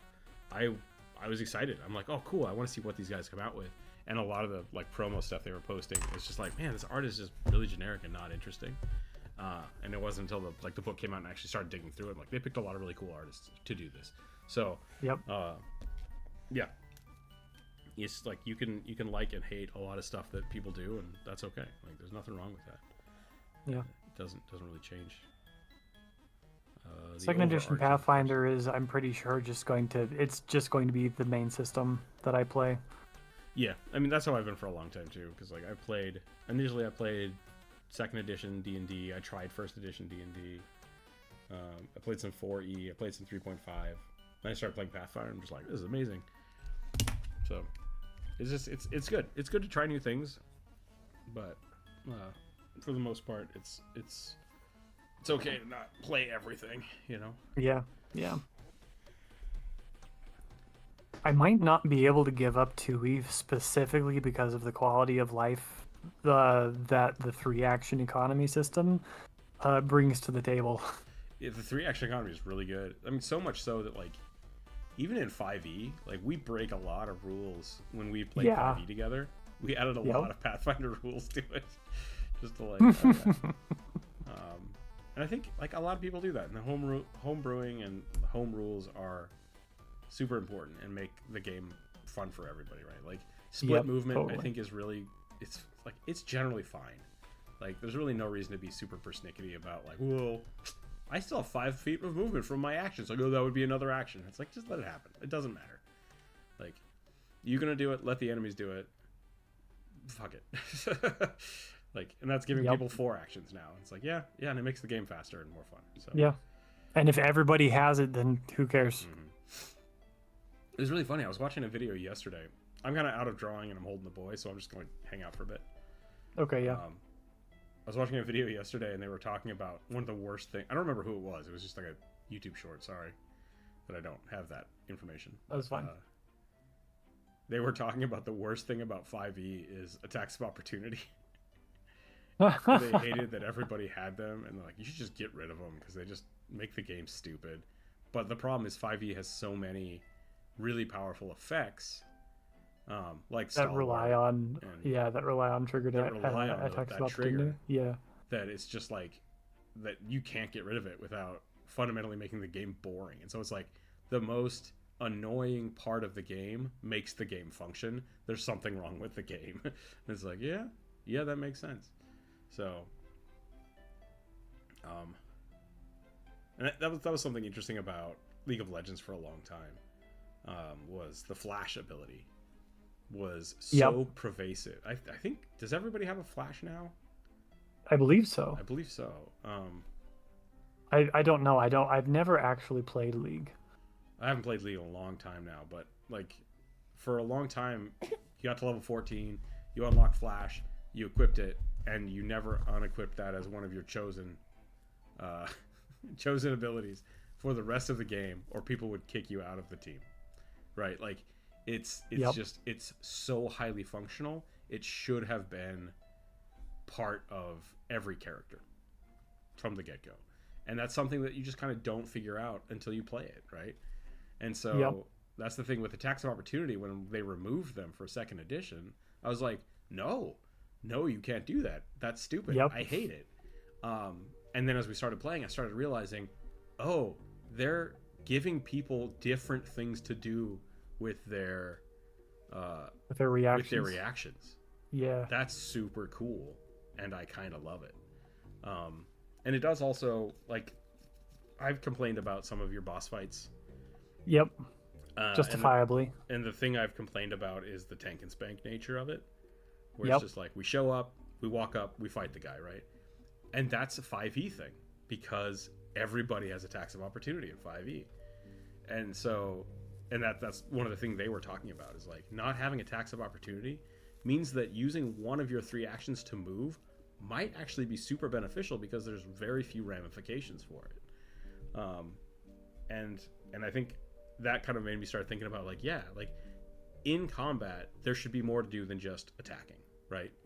Like Yep. that's not something I'm asking for, right? That's my take on it. My opinion is during combat there should be more things to do than just attack, and I think Pathfinder removing the attack of opportunity for everybody allows that to happen a little more. So it's something to Yeah. play with. Um, I think that also ties into uh me and Dagon's problem with the Bard, is the Bard is not built for combat at all. They're built for all yeah. of the other stuff you Mm-hmm. can do and should be doing Yeah. in combat. Yeah, they're not built to do damage. And the like you can do fully support build, but there's like other stuff that we can and should be doing as well. Yep. And it's just taken us a really long time as a table to get to the point where we're like, oh no, there's a lot of stuff to do. We're stuck in 5e mindset. There are a lot of people that said that drawing steel was ripping off the three action system with move, maneuver, and action. Yeah, and I think it's actually pulled off of the original Pathfinder, which was the full round action. Yep. And it's just been streamlining since I think third edition. It just keeps getting more and more refined, and they've now refined it to the three action system, which includes now re-includes spells, because like Pathfinder had the if you cast this as a full round action, it does X more thing, which I liked. But yeah, with what you're saying is, yeah, the Bard, you can. I think I've played the Bard 4 or 5 times now, and I have never attacked, ever. Yep. And I cast one offensive spell and it failed. And I still love that character. It's so much fun. Yeah, and I think that's great. I think that's really a lot of the flexibility, and like different characters should feel different when you play them. Like different classes should feel different Yeah. from each other, Yeah. and I think that's a good way to do it. By like, hey, everybody's reaction is a little different. Everything does something a little different. Yeah, and I'm still not sure how to as a GM how to facilitate this, but I love that second edition Pathfinder is literally designed to be a cooperative game, Okay. where like 5e I've said this a couple of times before as well, but like 5e is it's not really a team of people, it's a group of individuals. And Pathfinder is designed for you to be a member of a team. You're supposed to be doing fastball specials and like all sorts of alley oops and setups. Like you are supposed to be coordinating with everybody else at the table in order to get the most out of what everybody can do. Yeah, yeah, that is something I like a lot with like the aid action. We talked a little bit about that last week, I think, but like Yeah. how do you facilitate using the aid action? And 5e had some things with that, like Kevin the Necromancer started using the dodge action a lot more as a tank, and I'm like, that's really smart. But the way 5e is set out, like you might as well just attack. Like Yeah. you could have ended this fight by just attacking the guy. Instead, you made yourself more defensive. And it's like the character should feel good for taking that dodge action, and it just doesn't.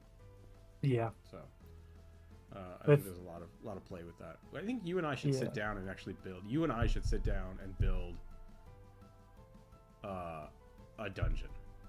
Agreed. 100% agreed. Because I think yeah, we've got different experiences going at this point, and like I very much want to pick your brain, like see your thought process about how things go, because like, we do disagree on a couple things, and I know a lot of my boss fights feel tank and spank. I always try to set them up to in an attempt to force you guys to be more like tactical, and it never actually works out. So think about the last fight we had.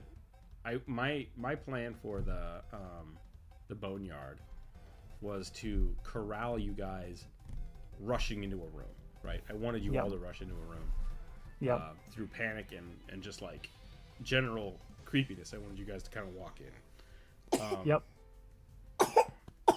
Opal baby. Which I did. You did. Just you. Yep. Right? Yep. And I immediately almost died because of it. Because everyone was supposed to rush it. Right? Like that was a I don't want to say a miss. That was my fault. That was my fault. But the fault, I think, was letting you guys leave. Yeah. Because I'd pushed you guys down one hallway and then everyone retreated. And I'm like, it'll be fine. I'll have them go the other way. And then I'll push them that way. Because I'd given you two options, and I let you do both of them. I shouldn't have. I should have made you do one. And that's something that like only comes from retrospective. Oh baby, okay. You need some water? You need some water?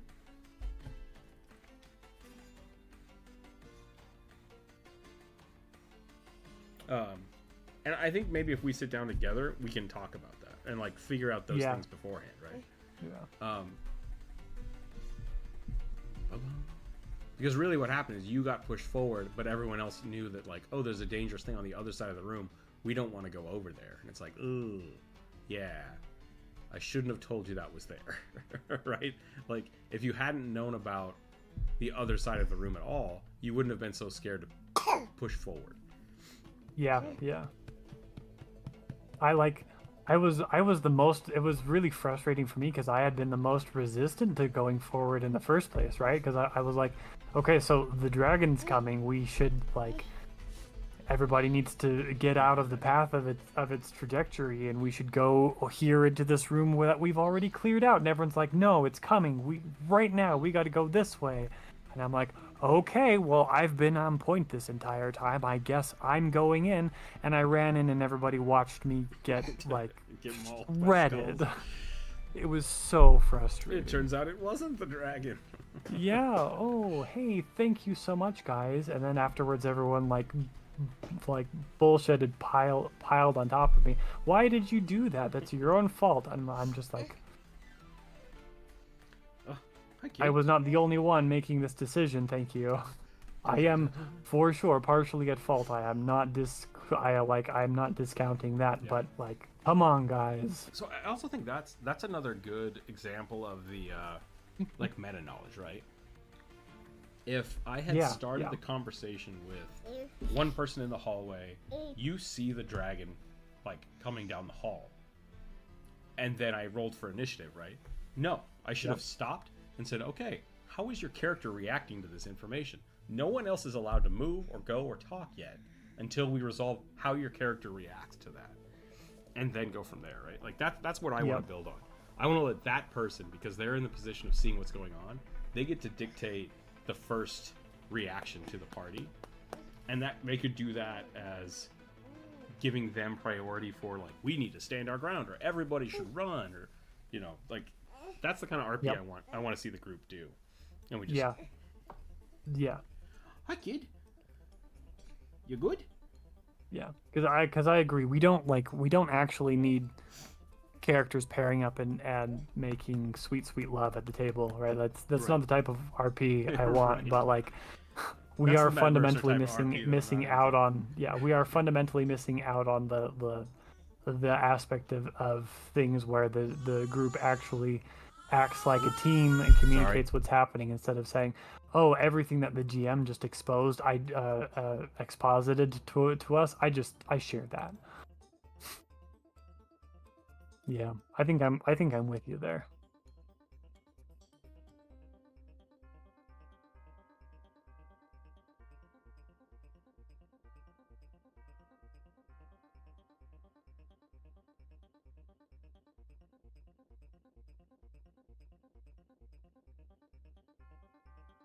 Lionfish look so weird without all of their spines.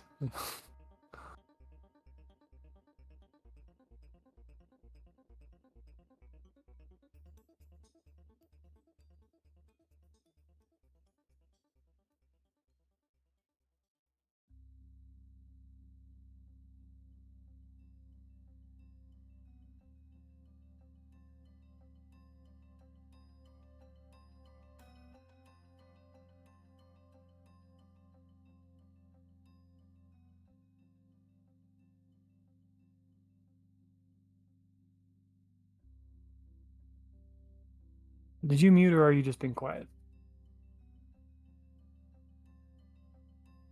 Or did the boy mute you?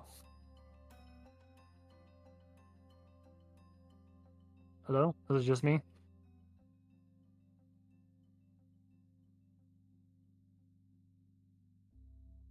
Let's see if this says.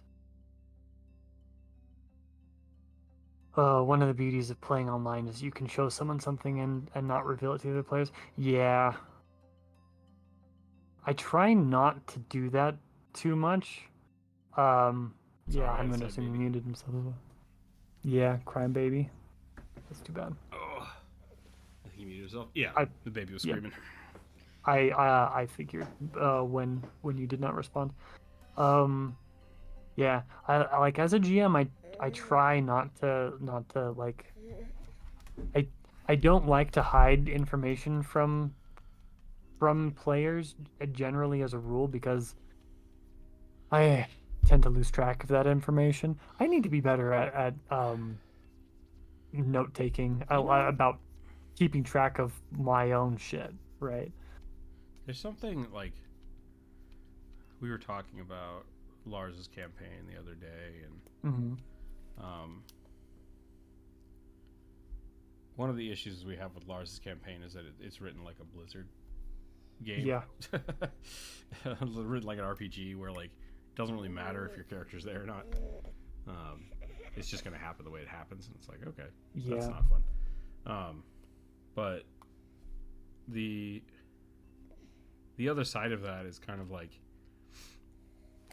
I don't want to say you make the characters too involved, but I feel like the characters are too knowledgeable without real world implications. yeah, yeah, So like, everything about XYZ, and like you give us that whole thing, and it's like, I don't want to say it's overwhelming, but it's just like, did we need to know any of that? Like, is that there's a lot of flavor text, but I don't know what part of that is relevant to what we're doing. Okay, that's really good feedback for me actually. And so sometimes I don't want to say less is more because it's pokey, but I think maybe just trying to be more concise about the information you get at certain points could be helpful. Yeah, yeah, But I mean, at the same time, I don't want to get away from misinformation is great, right? And sometimes hiding information is great. yeah, Not like retracting information, but like hiding nuggets of information in information is good. That's what I'm trying to get. Yeah, and that's usually what I try to do. I'm not trying to overwhelm people. I'm when I give a huge block of exposition, which I know I do too often, and I often repeat myself when I do give exposition. The like the reason I do it is because I want to make sure people have enough of a mental picture to ask questions. Um, but you're right, like I've become increasingly aware that it does tend to come out as just like I just spewed 5 paragraphs of word vomit at you guys, and now you're too overwhelmed to know what the important thing is.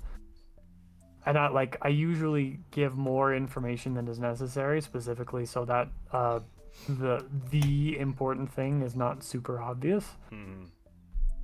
Because I want you guys to actually like engage with more than the one thing. I took dubious knowledge, and Yep. I rolled horribly through this entire campaign. And so every time I was like, when I was playing, Kevin was the DM, and I was like, a dubious knowledge, tell me something important and something not important, and he would just like, he'd start making shit up because he's like, I don't want to do this. I hate this ability. So I thought that was kind of fun. But he just constantly was like throwing random information at us in that way because he had to. So I'm trying to plan out a hag storyline. What should I do in regards to planning hags, plottings, and details? That really depends on your campaign in general. Like the hag is so varied in what they can and can't be. Yeah, I mean, like look at Baldur's Gate. Baldur's Gate has a really cool hag storyline, but it's a side quest. Like it doesn't have anything to do with the story. So yeah, what is your intent? Like, why does it have to be a hag? Just because you want to have them fight a hag? I'll be right back. Yep.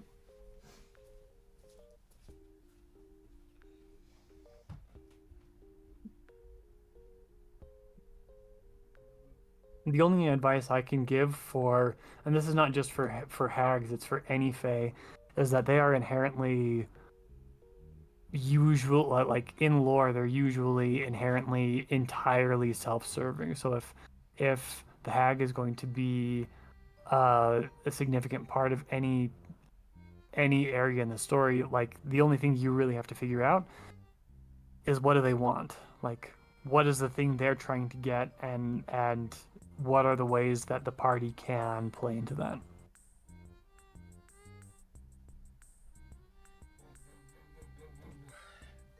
If you really want, just like you just want to steal my idea, we can do that. This might become a thing later, so Druid might get spoilers here. But yeah, that's fine. I've got some hag stuff that could be spoilers for you that I could share as well. I think hags only need 2 things to be successful. The party needs to talk to them, or they want to talk to the party. Right? That's it. Like, there has to be a conversation happening. And so, like, in mine, the way I was going to do it, if anybody got cursed with lycanthropy, it was going to be because there's a hag in the middle of the Darkwood, basically blighting the whole forest. Right? And so it's causing all these were creatures to spread out, and you have to find some plants. The hags know where the plants are. Gotta go find the hags. So, unless the player wants to remain a werewolf, gotta find a hag. Done. Hag campaign. She's the main villain, controlling the local goblin camps to cause despair and overrun an area while manipulating the town mayor and the thief guilds. That's great. Yeah. Yeah. Well, the only question I have is, what do you think she gets out of that? Yeah. And how does her getting that specifically?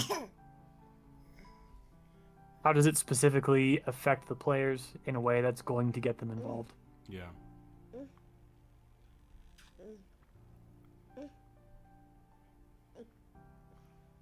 She's the main villain, controlling the local goblin camps.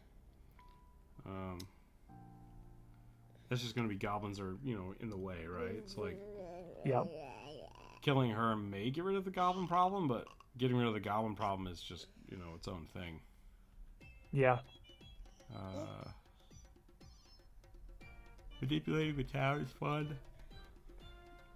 The Thieves Guild, I don't know, like that actually sounds too. I don't know if I would have a. Are we all right?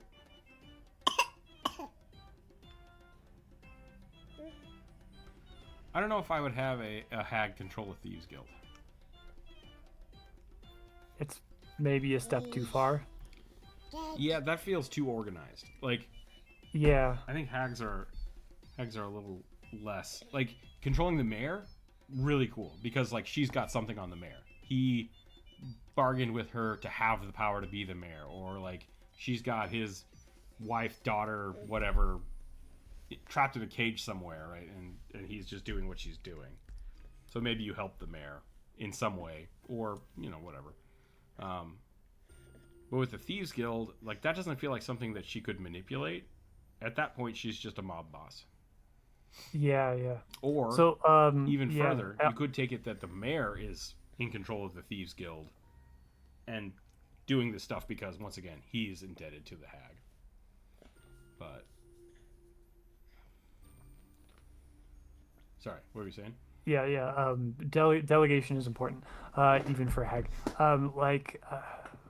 I'm reminded, like, the situation vaguely reminds me of an old Dingo Doodles short or video where she talked about the worst town that they ever went to. They had the town like basically functioned off of a black market, and everybody in town knew that the black market existed, and everybody shopped at the black market, but the black market was inherently illegal, and nobody was actually supposed to know about it, but everybody knew about it. So the party goes to the black market, exposes the black market to the guards, and then the party gets arrested because the guards are pissed that they exposed the black market. And it was this really weird thing where, like, if the illegal thing is so ubiquitous that every single person is tied to it, then it's not illegal anymore. It's not a problem. So if the hag is literally in control of everything, and everything kind of still functions, and people have lives that are, like, kind of influenced by the hag, but not really, then all you really have is a kind of nasty fae who's the queen of this area, and it's not really a problem. At that point, your party just becomes insurrectionists. Yeah. So, like that. Yeah. How does lycanthropy work in Pathfinder? It's essentially a template. So like when you get bitten, you slap this on top of your character whenever you transform. It's like a rage effect essentially. Your stats change. You can do certain things. You can't do certain things. Yeah. And then the different. There's a class for it specifically if you want to do it that way. And then the disease itself is kind of up to you. It's on the DM to figure out. Yeah. There like as basic ground rules, you would like start by looking at diseases and other curses and diseases and other what's the Pathfinder term for them? Curses and diseases. Curses, diseases, and poisons all fall under the category of it's not status conditions. Persistent. No, it's conditions. What are we trying to say? I think I know what you're trying to say, but I don't know the word either. Yeah. It doesn't matter. Like, just look up curses. I mean, lycanthropy is a curse. Yeah, just look up lycanthropy, and you can figure it out from there. She previously destroyed the local village, forcing refugees. That's a weird sentence. Also, exactly the most may help the guild, and she manipulates him because the valuable resources in here.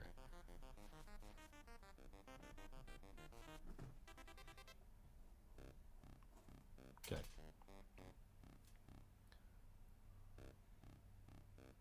Yeah, so if you're looking for plotting and details. I mean, it really is. Yeah, what is she getting out of it? Because I don't exactly know what she wants here. Think on what she wants. Okay, yeah, block prime. You got that. You got that going. I think that's the best place to start there. Yeah. But also just like, what does she gain or what does she benefit from this happening? Because like, if all she wants is power, like she's a hag. She can just enslave all these people. She can literally just take it. Yeah, she can just take it. So if she has the mayor, then she's protected from getting killed by the town. So she could just start eating children, right? Like what's stopping her? So you really got to think about that. There's an app for character creation in Pathfinder. Have you seen it? What do you think about it? Yeah, it's great. We use it all the time. Path Builder is really good. Path Builder, yeah. I paid I think I paid like $3 for it. I'm not sure how much it costs now, but it was worth it for the membership for that. It's a lifetime thing too. It's not like monthly. It's just, and because Pathfinder is open source, you get all of the new information as the books come out. So super good. Super good. Yeah, it's great. It works. It works really well with Foundry. So if you're playing online, Foundry has you can literally upload your stuff directly from Path Builder into Foundry. We do it all the time. Hi, kid. I think that's literally how half of the table keeps track of their characters. Yep. What I usually do is I level up in Path Builder and then I import it into Foundry. And then when I level up, I go back to Path Builder and I level up, and then I go back to Foundry. But Foundry's getting better. They keep adding little bits and bobs to it. Yeah.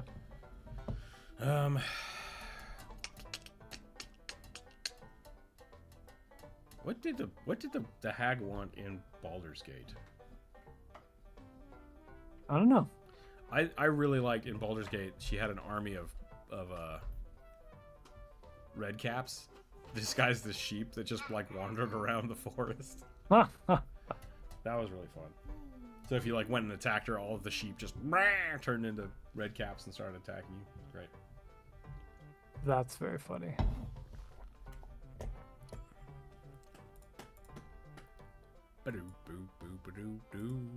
Kevin the Necromancer ran a really. This was a fun campaign. Like he played it with his brothers, and I listened to it, and it was awesome. And then we tried to run it, and it was not as fun. Oh. Partially because the way he had set it up that time, he wanted to run it differently, and we built characters specifically like solve this weird problem, and it was. I love his world and his storytelling composition, like what he was trying to do, and we struggled through it because of trying to learn Pathfinder. And what he did he basically had this hag at the end of town, who was just granting wishes to people, and so when you walk into town, people are just like going into a tent and then flying out of the tent. It's just like, what the hell's going on over here? and it was a weird thing of like, why is the person in charge of this town, why is the mayor letting this witch just curse all these people? Like, isn't this a bad thing? And that was part of the thing we had to solve, and we never really solved it. And that was part of the problem, is he tried to give us this huge sandbox world with all of these things happening, and it was like, just tell us your story. Like, go ahead and just railroad us a little bit, Kevin, and tell us the story you want to tell. So, that was that, but it was a really funny thing to have this kind of like you were saying, like once the illegal thing is accepted, then it's not illegal anymore. Yeah. And so just walking into this town where apparently it's totally fine to make deals with people that give you demonic pacts and stuff. This is totally fine. I plan to use red caps. They're a pretty good idea. Possibly her disguise as a natural garden. She meets with the players from first time. Yeah, I think that's smart too. Like that's the big thing with hags, especially. Like her being a character early on is maybe predictable, but if they do find out that like, oh wait, no, the mayor's assistant is the hag we're trying to find, what are they going to do about it? Are they going to attack the mayor? Right? Like that's what you have to think about. Like, give them a cool secret, because hags are, could be anybody. Let the players maybe even get helped solving, like, oh yeah, no, we have to find this hag, talking to the hag. and then have it be in a way that is not something they can just, muscle their way through. Like, give them that ability to solve. Make that the puzzle they have to solve. How do we get the hag by themselves in a safe place where we can fight them? That's kind of the Baldur's Gate method was too. Because if you just start talking to redcaps, like, they'll murder you. They'll just murder you. And if you just bust into her house, the redcaps murder you. So it's like, okay, we got to figure this out. And if you're just going to be breaking into people's houses, you kind of deserve it. Right, yeah. All these people love this person. They're helping them. Like, they brought my son/daughter/sister back to life. They're a great person. Leave them alone. It's like, but they're kidnapping people. It's like, pfft. Revived my family member. Don't care, right? Like, that's how people are turned against you. Because they like what she's doing. They don't realize what they're giving up for it. Or maybe they're okay with it. Who knows? I think that's probably where we're going to call it today. Hi, kid. The kid has once again stuck himself behind the desk. Come here. Cool. Good for him. Thanks, kid. Put something back there so we can't go back there. But I'm going to go for a walk. I'm going to go hang out, get some work done. I might be back this afternoon just to hang out in Discord. But I also have to clean the house, so we'll see what happens. So, thanks again. Thanks for the good suggestions this week. Druid, thanks for hanging out and staying and drawing with me today. Yeah. I had fun. I enjoyed the conversation. Yeah, I don't really have much else to go on here. That shark is funny, but I didn't really get to draw him that well because I was holding the boy the whole time. Oh well. Thanks again, everyone. Stay happy, stay healthy, keep your dice on the table. We'll catch you all next week. And have a wonderful and wonderful weekend. Bye, everybody. Bye. Oh, Monday is... No, last Monday was Memorial Day. Dang it. Never mind. I was sick. I was going to do a stream on Memorial Day, but I was sick. Bye, everybody. I love you. Have a good Bye. one.